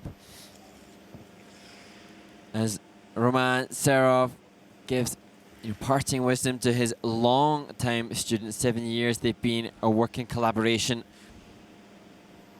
And the next competitor, one of the youngest in the event, Alexander Fagan, was just phenomenal in the short program. Such an exciting talent. Just 13 years old, new to this, fourth after the short program. What a great result. Great experience gained then and now. He just takes a moment to calm himself into the starting position. He'll skate to the Phantom of the Opera.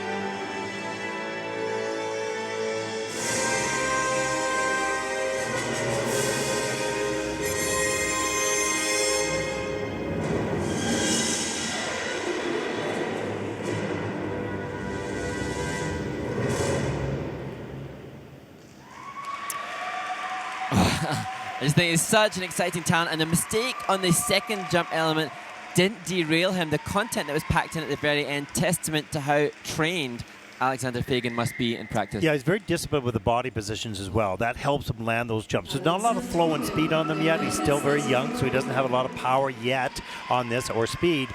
But his back is so strong, and he's so aware of his body. I mean, he obviously has ballet training, you know. So that goes a long ways in this sport. And interesting, not only is he an accomplished ballet dancer, which is evident, but he also does boxing as part of his off-ice training as well. And what an amazing combination of different things. He must be a very elegant boxer as well. He's very stylish. So you take a look at the style of this young man's skating. So he enters the first triple Lutz and just has to put the hand down. He over-rotates the left side. There's the triple flip. Not a lot of speed, as I said, on the landing, but well executed. There's the flying camel, turned out toe, upside down. Difficult feature. Grabs the blade. Another feature. Picks up a little bit of speed on that. And then changes over into the forward camel, or sit, pardon me. Yeah, a lot of flexibility, a lot of strength in that. Change combination spin level 4. There's that triple Lutz, struggles out of it, gets into the double toe loop. Double axel, patience, triple toe loop. So aware. Yeah, go ahead. What a good advert. You know, people often ask us what's the optimal off-ice training, and what a good advert for ballet, and well-trained ballet, as he's joined by Coach Roman Serov. And his brother, Philip, is a top US juvenile skater too, and indeed Alexander has a GoFundMe for the expense of the sport. To have two siblings in the sport has got to be a challenge for the parents and the family. But 121.77 for the free program with a 185.78 as Alexander Fagan takes over first place with 5 skaters to come.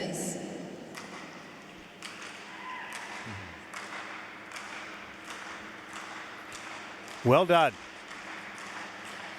Next to skate, representing Israel,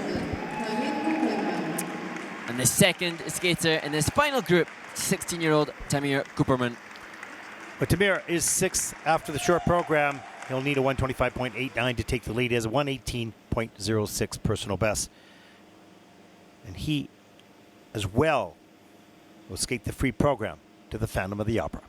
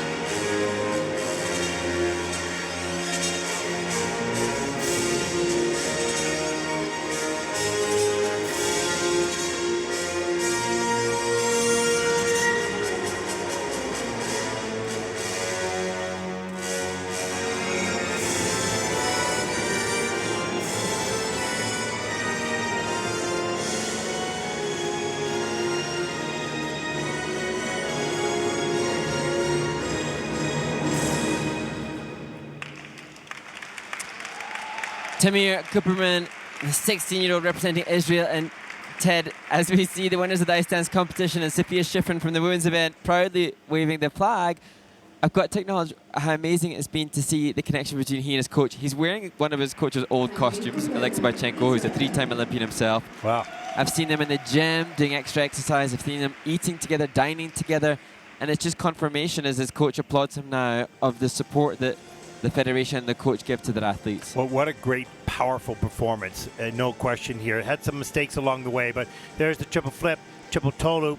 Great work right off the top of the program. Triple Lutz, a little bit forward, but gets it done.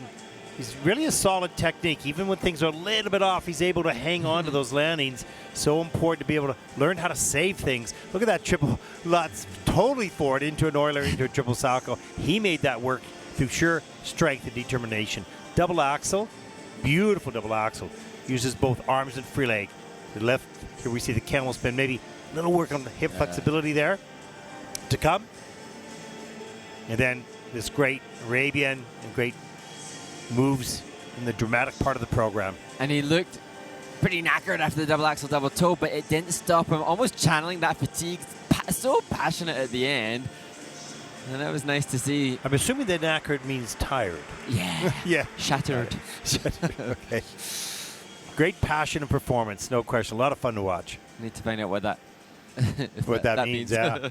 Well, 1:18.06 is his personal best. We'll see if he tops that right now.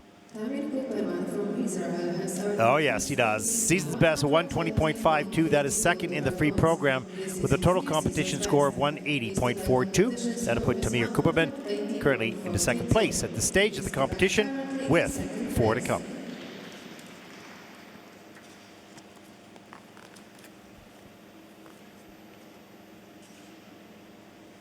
Next to skate, representing Canada. And the next competitor, the second Canadian to compete here in Yerevan in the men's event, Shohei Law.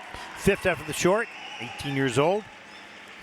Very first Junior Grand Prix event. He needs a 124.96 to take the lead. He's going to change the style of music as he'll skate to Wish You the Best. Almost knowing what you're thinking and hearing how your day's been. Do you think you can tell me everything, darling? But leave out every part about him. Right now you're probably by the ocean, while I'm still out here in the rain. With every day that passes by since we've spoken, it's like Glasgow gets farther from LA. Maybe it's supposed to be this way, but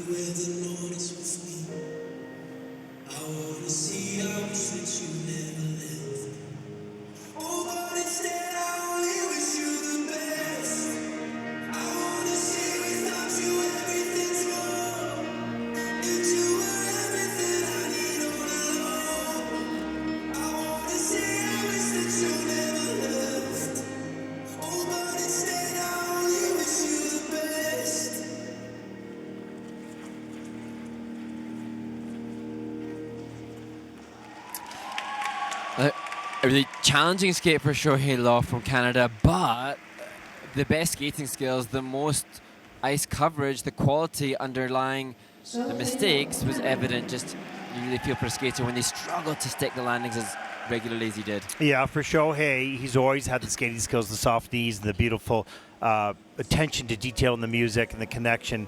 And you can feel it and you can see it. And technically he can do these elements, but it's a challenge for this young man to do it under the pressure. He gets some of them, but not all of them. That's always the challenge. And here, he's had some boot problems this year that set him back a little bit, as many skaters have challenges. But take a look. You can see this, takes his time with the music. He's got great power. Here's the triple Lutz coming right back over the pick, gets that done. They get a little forward, though, so he was just not on top of his game today. There's a triple Salchow outside the circle. It has to do a three-turn. Tries a triple toe loop. Doesn't get high enough, so doesn't clear that. Beautiful Ina Bauer. He has wonderful skating skills. Great reach out to the music as well. But the elements today were just not working. Each edge lasting longer than the other skaters. You see the bracket turn and actually, lovely outside edge on the takeoff of the loops. The jump technique good. Just maybe it's a confidence factor, maybe it's a self-belief factor, but just a little bit off his game. And you're here. It's your first time in a junior Grand Prix. You're a long ways from home, 24-hour flights. To get back there. No excuses. Everyone has issues. You've got to deliver. He has the skills. Your lessons are learned. Yeah, absolutely. Hopefully he takes us into the domestic season. Absolutely. And, a really beautiful skater. Really beautiful. Absolutely. Shohei Law from Canada. Free program score 94.84. That is 11th in the free program with a total competition score of 155.67. That'll put Shohei currently into 7th place with 3 skaters to come.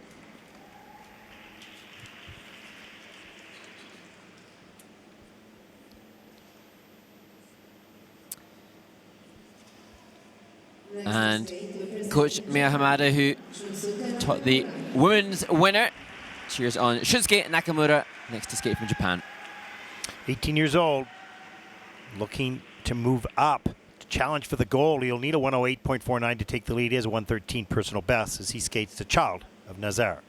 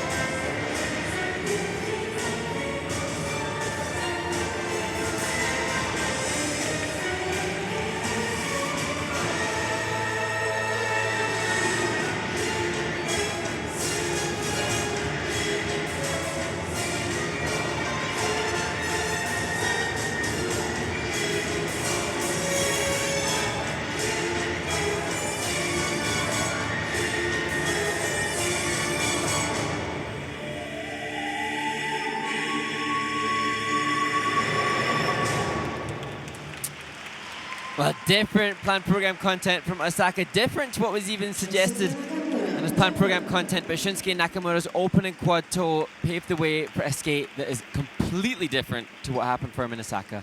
Now, this was not a clean performance, but I think a much better performance, much more under control. Powerful skater, so quick off the ice and into rotation. This saves a lot. We'll take a look at some of the elements. Yeah, he was second after the short program in Osaka, but here the quad toe, just like the warm-up. Here's the triple axel. Quickly into rotation right there, fast in the air. Gets the free leg back, steps right up into a double axel.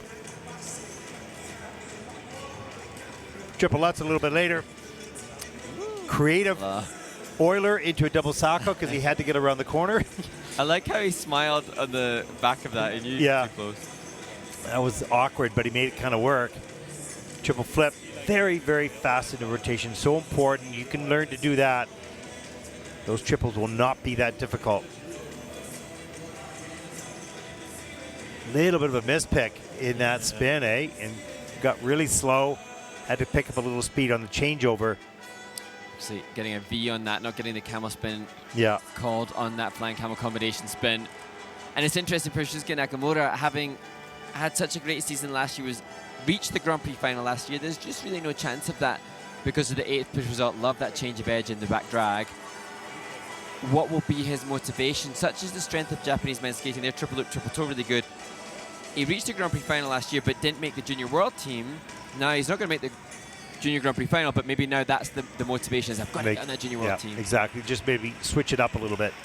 It's certainly a big improvement from Osaka. Oh gosh, and now that can be a fuel for heading towards Japanese national. Well, season's best is 113.84. His personal best, though, is 141. I don't think he'll reach the 141, but he's certainly going to beat the personal best. Free program score, season's best, 137.37. That is first. And the free program with a total competition score of 214.67. The Shinsuke Nakamura takes over the lead. 2 skaters to come.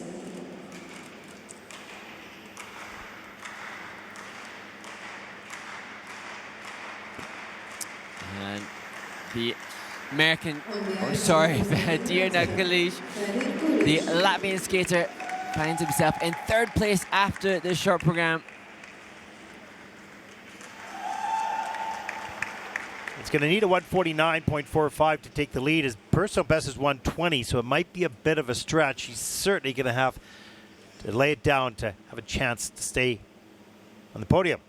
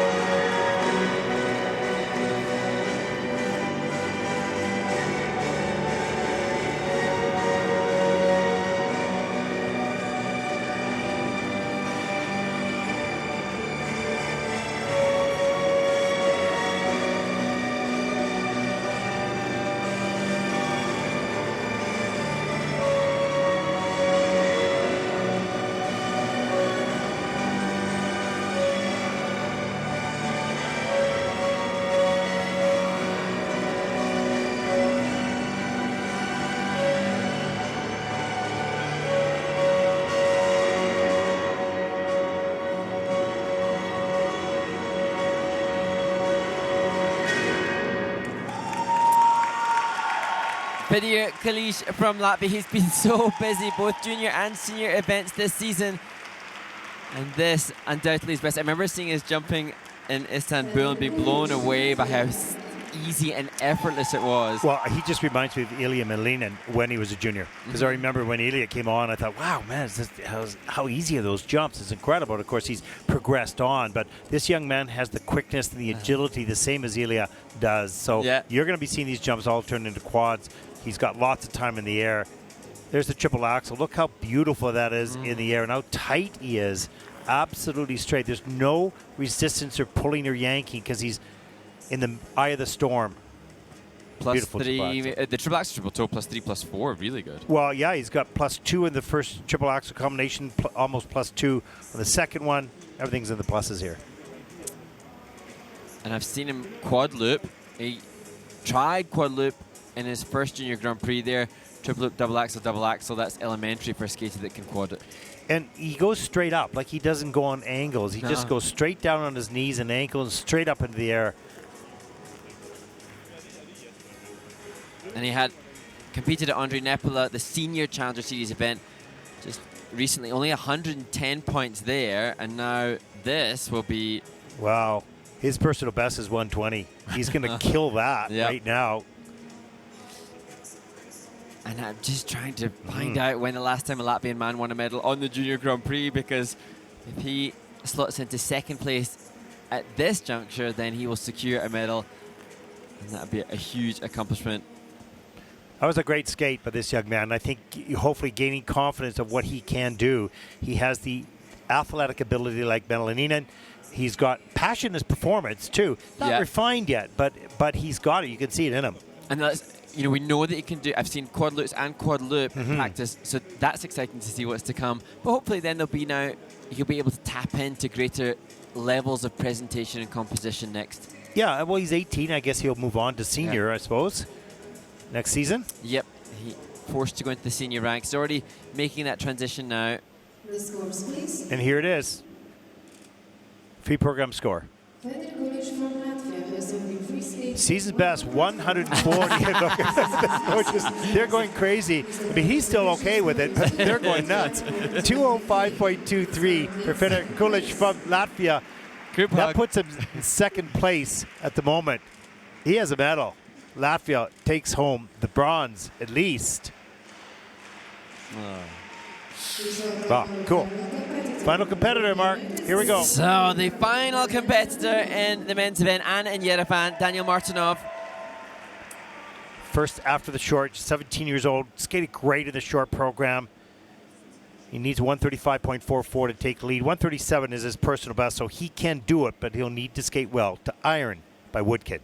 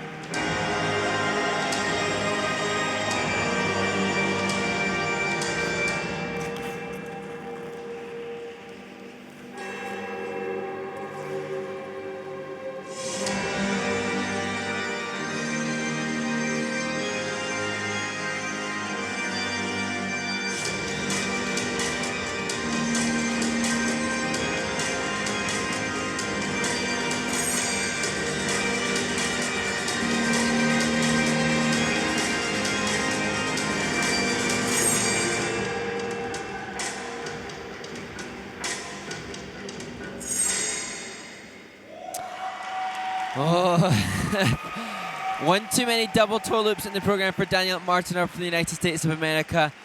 But has he done enough to take the title? If he wins here, he's guaranteed a spot at the Junior Grand Prix final. If he's second, he'd need only 123.93. So I think the 17-year-old has secured a spot. Yeah, it looks like his scores are going to head up to take the win.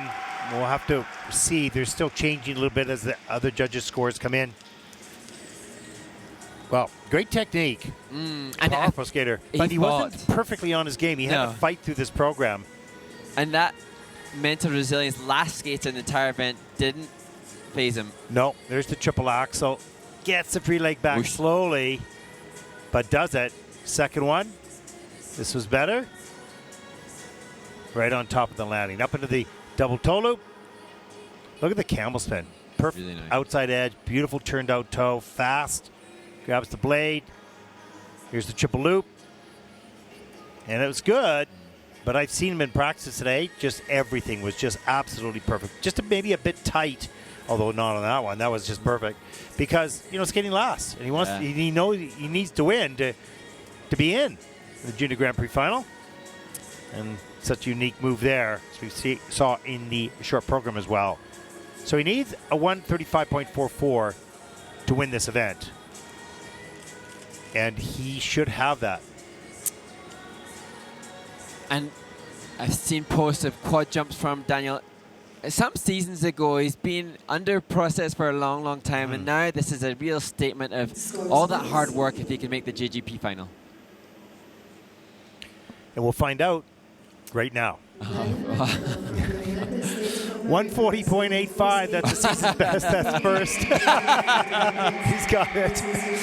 And a 220.09 for the total competition score.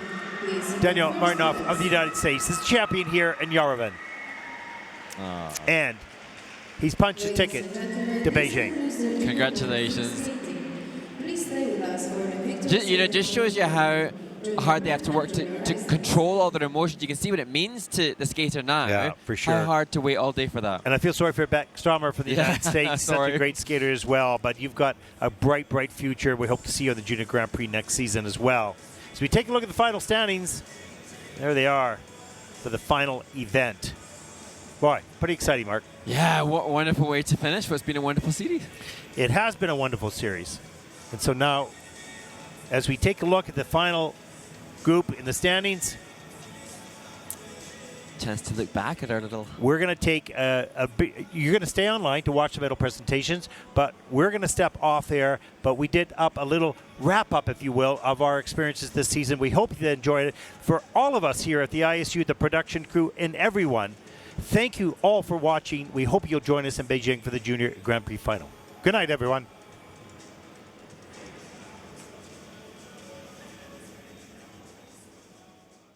Hello, everyone. Welcome to Yerevan, Armenia, the final day here on the ISU Junior Grand Prix 2023. I've been your host. Been my pleasure, Ted Barton, along with Mark Hanratty. Now, Mark, you are graduating from your sophomore year into your junior year next season. Tell us a little bit about your thoughts over the past 2 years. It's hard to encapsulate all the thoughts and feelings that the emotional roller coaster of the Junior Grand Prix offers.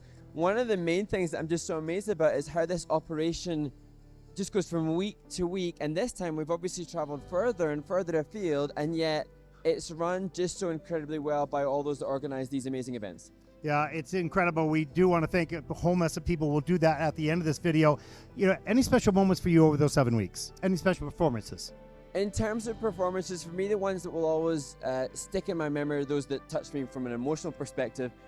But if you ask me to think of something immediately now, it would be the reaction yesterday of Sherry Zhang from the United States of America in achieving her score and her reaction to that. And there's nothing more wonderful than to see a young athlete that's worked so incredibly hard see the results and the fruits of that hard work, and that just warms my heart, and I'll remember that for a long time. Well, one of the things that both Mark and I have talked about a lot on the Junior Grand Prix, on air and off air, is the feeling of responsibility to help these young people.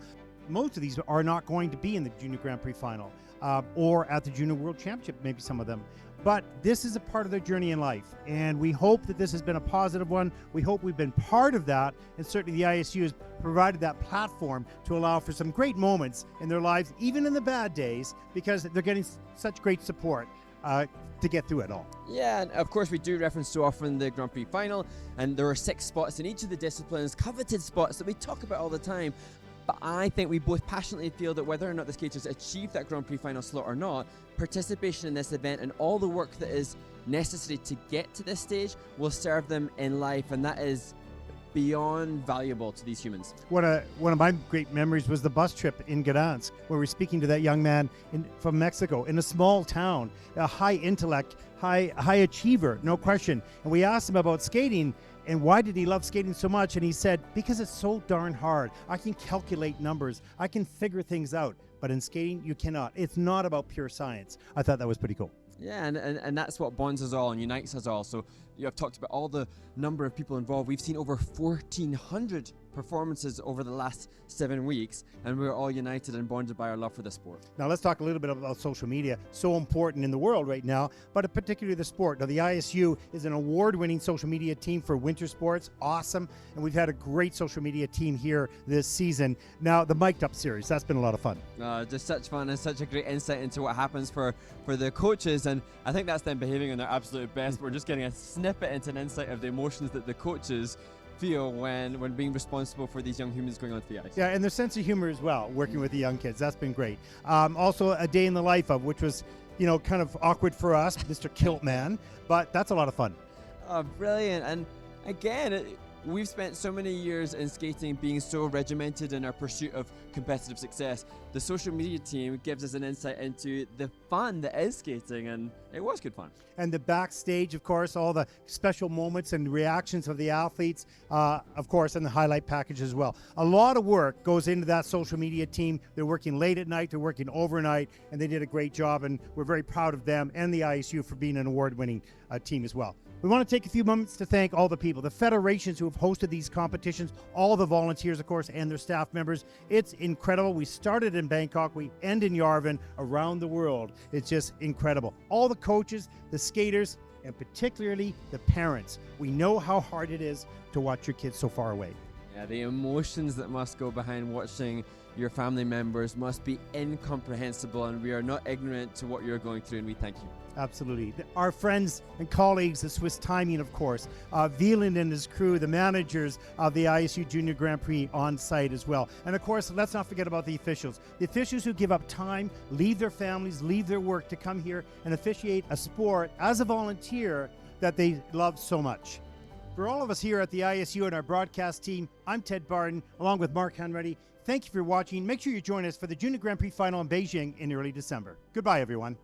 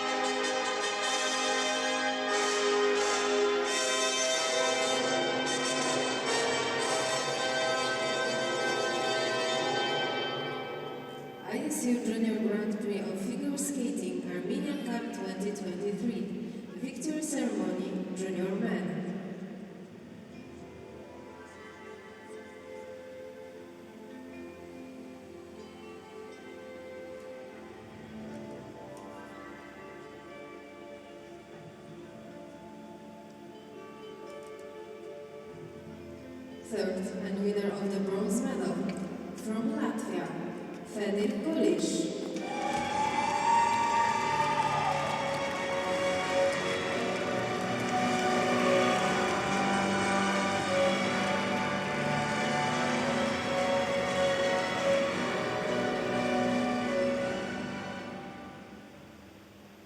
Second and winner of the silver medal from Japan, Shunsuke Nakamura.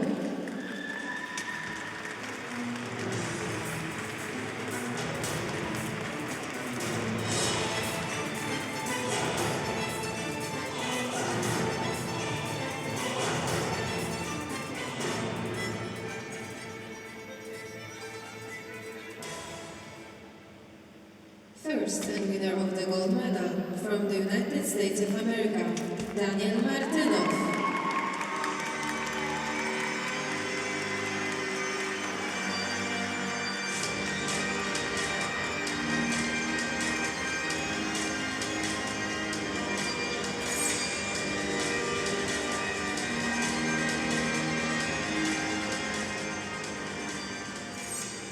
Please welcome the ISU Honorary Vice President, Mr. Alexander Lagiernik.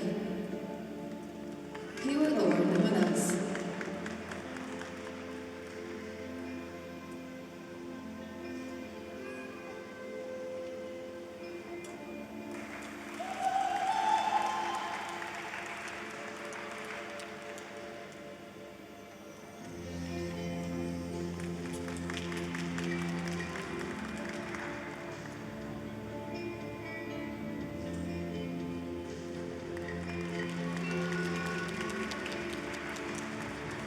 Please welcome the Sport Director of Armenian Figure Skating Federation, Mr. Simon Simonian.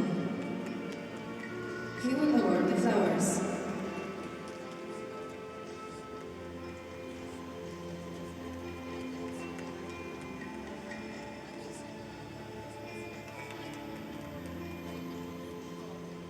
Please welcome the referee, Ms. Rebecca Andrew, and the technical controller, Ms. Mary Ann Olsen. They extend congratulations to the medalists.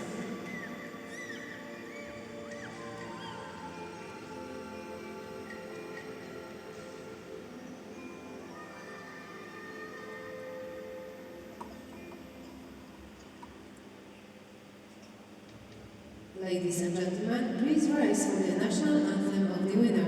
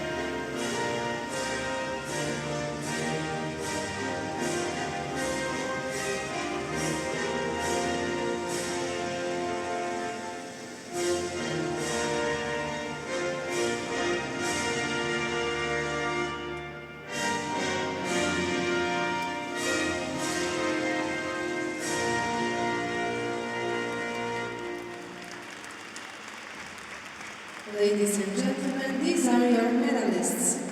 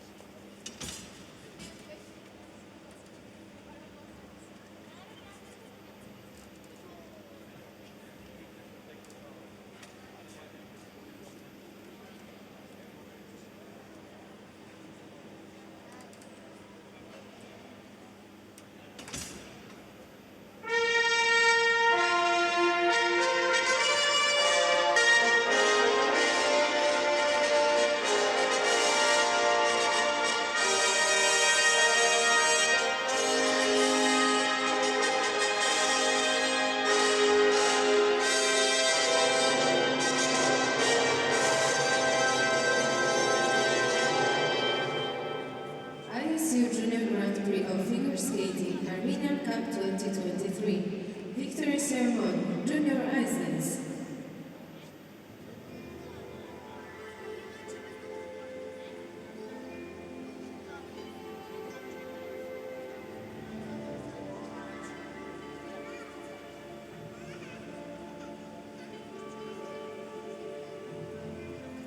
Third and winner of the bronze medal.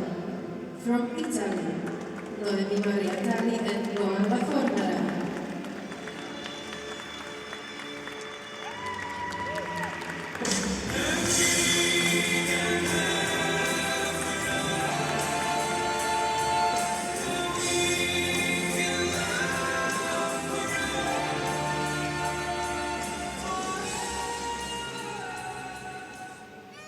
Second and winner of the silver medal from the United States of America, Iliana Pil and Ethan Pil.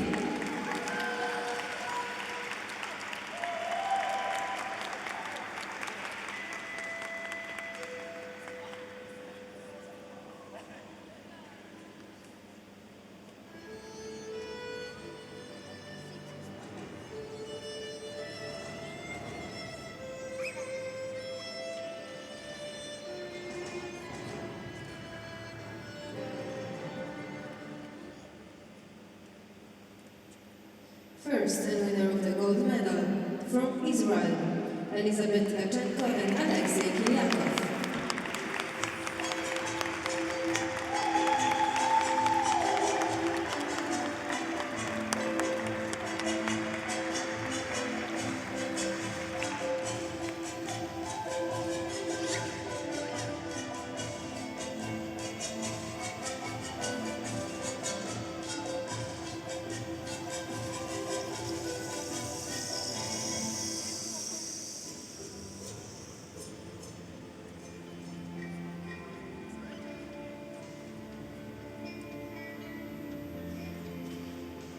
Please welcome the Vice President of Figure Skating Federation of Armenia, Mr. Nurgen Vardanian. He will award the medals.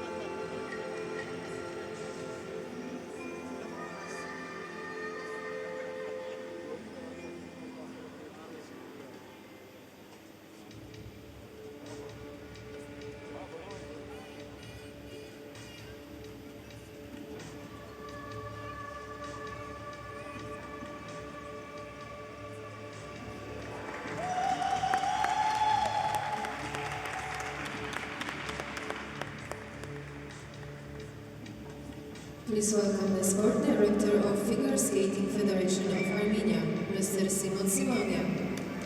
He will award the flowers.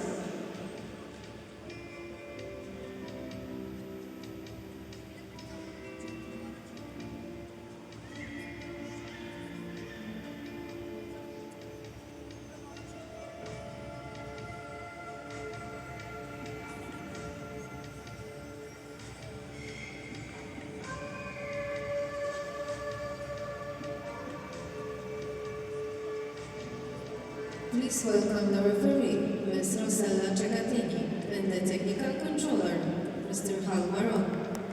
They extend congratulations to the medalists.